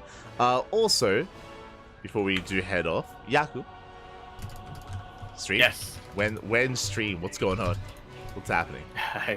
I don't know.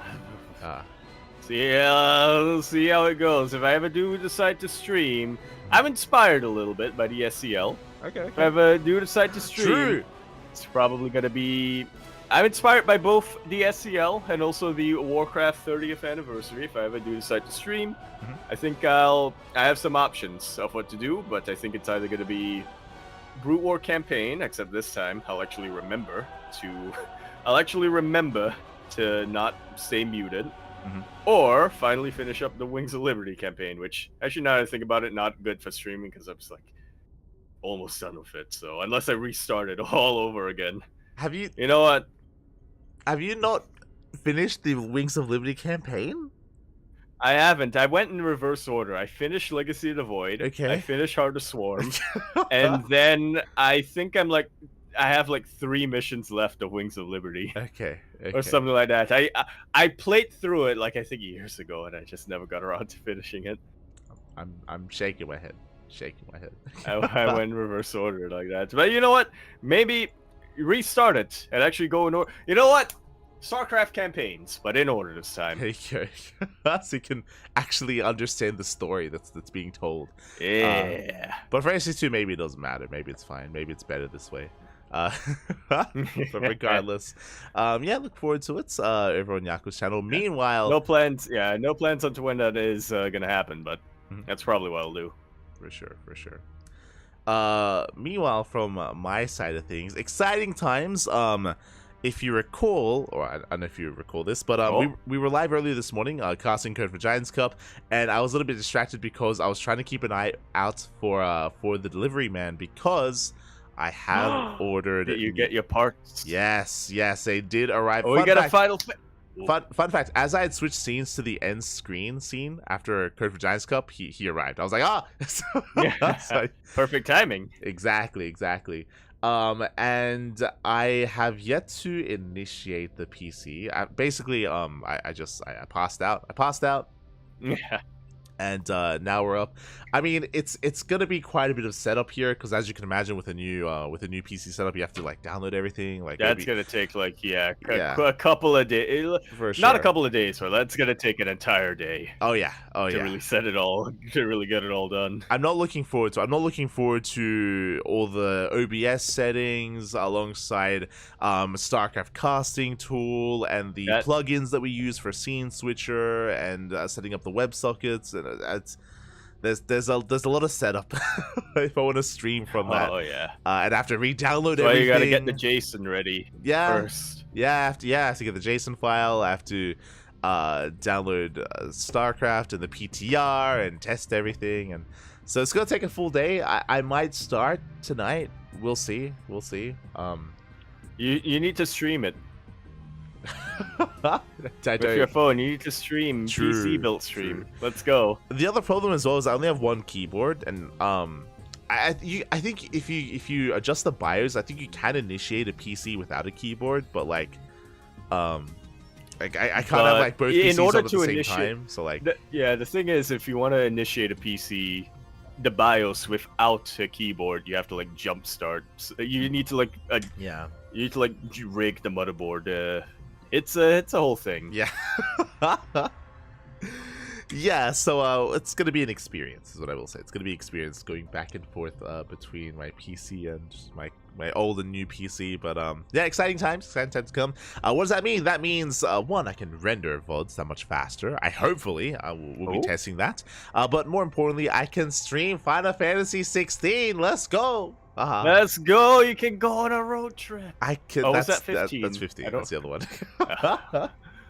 Joe 16. Arguably the better one, yet to be determined. Oh, We'll see.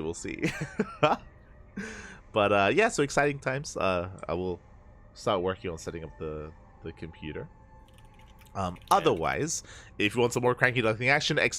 Socials in the chat, and you will get a link to our social medias: Twitter, Facebook, Instagram, YouTube, and Discord. All things Cranky Ducklings, as we are live on a daily basis. We're also live not just on Twitch, but also on YouTube as well, so you can tune in, you can support us. Patreon is available as well, where you can help support our tournaments. It is all funded via Patreon, by the people, for the people.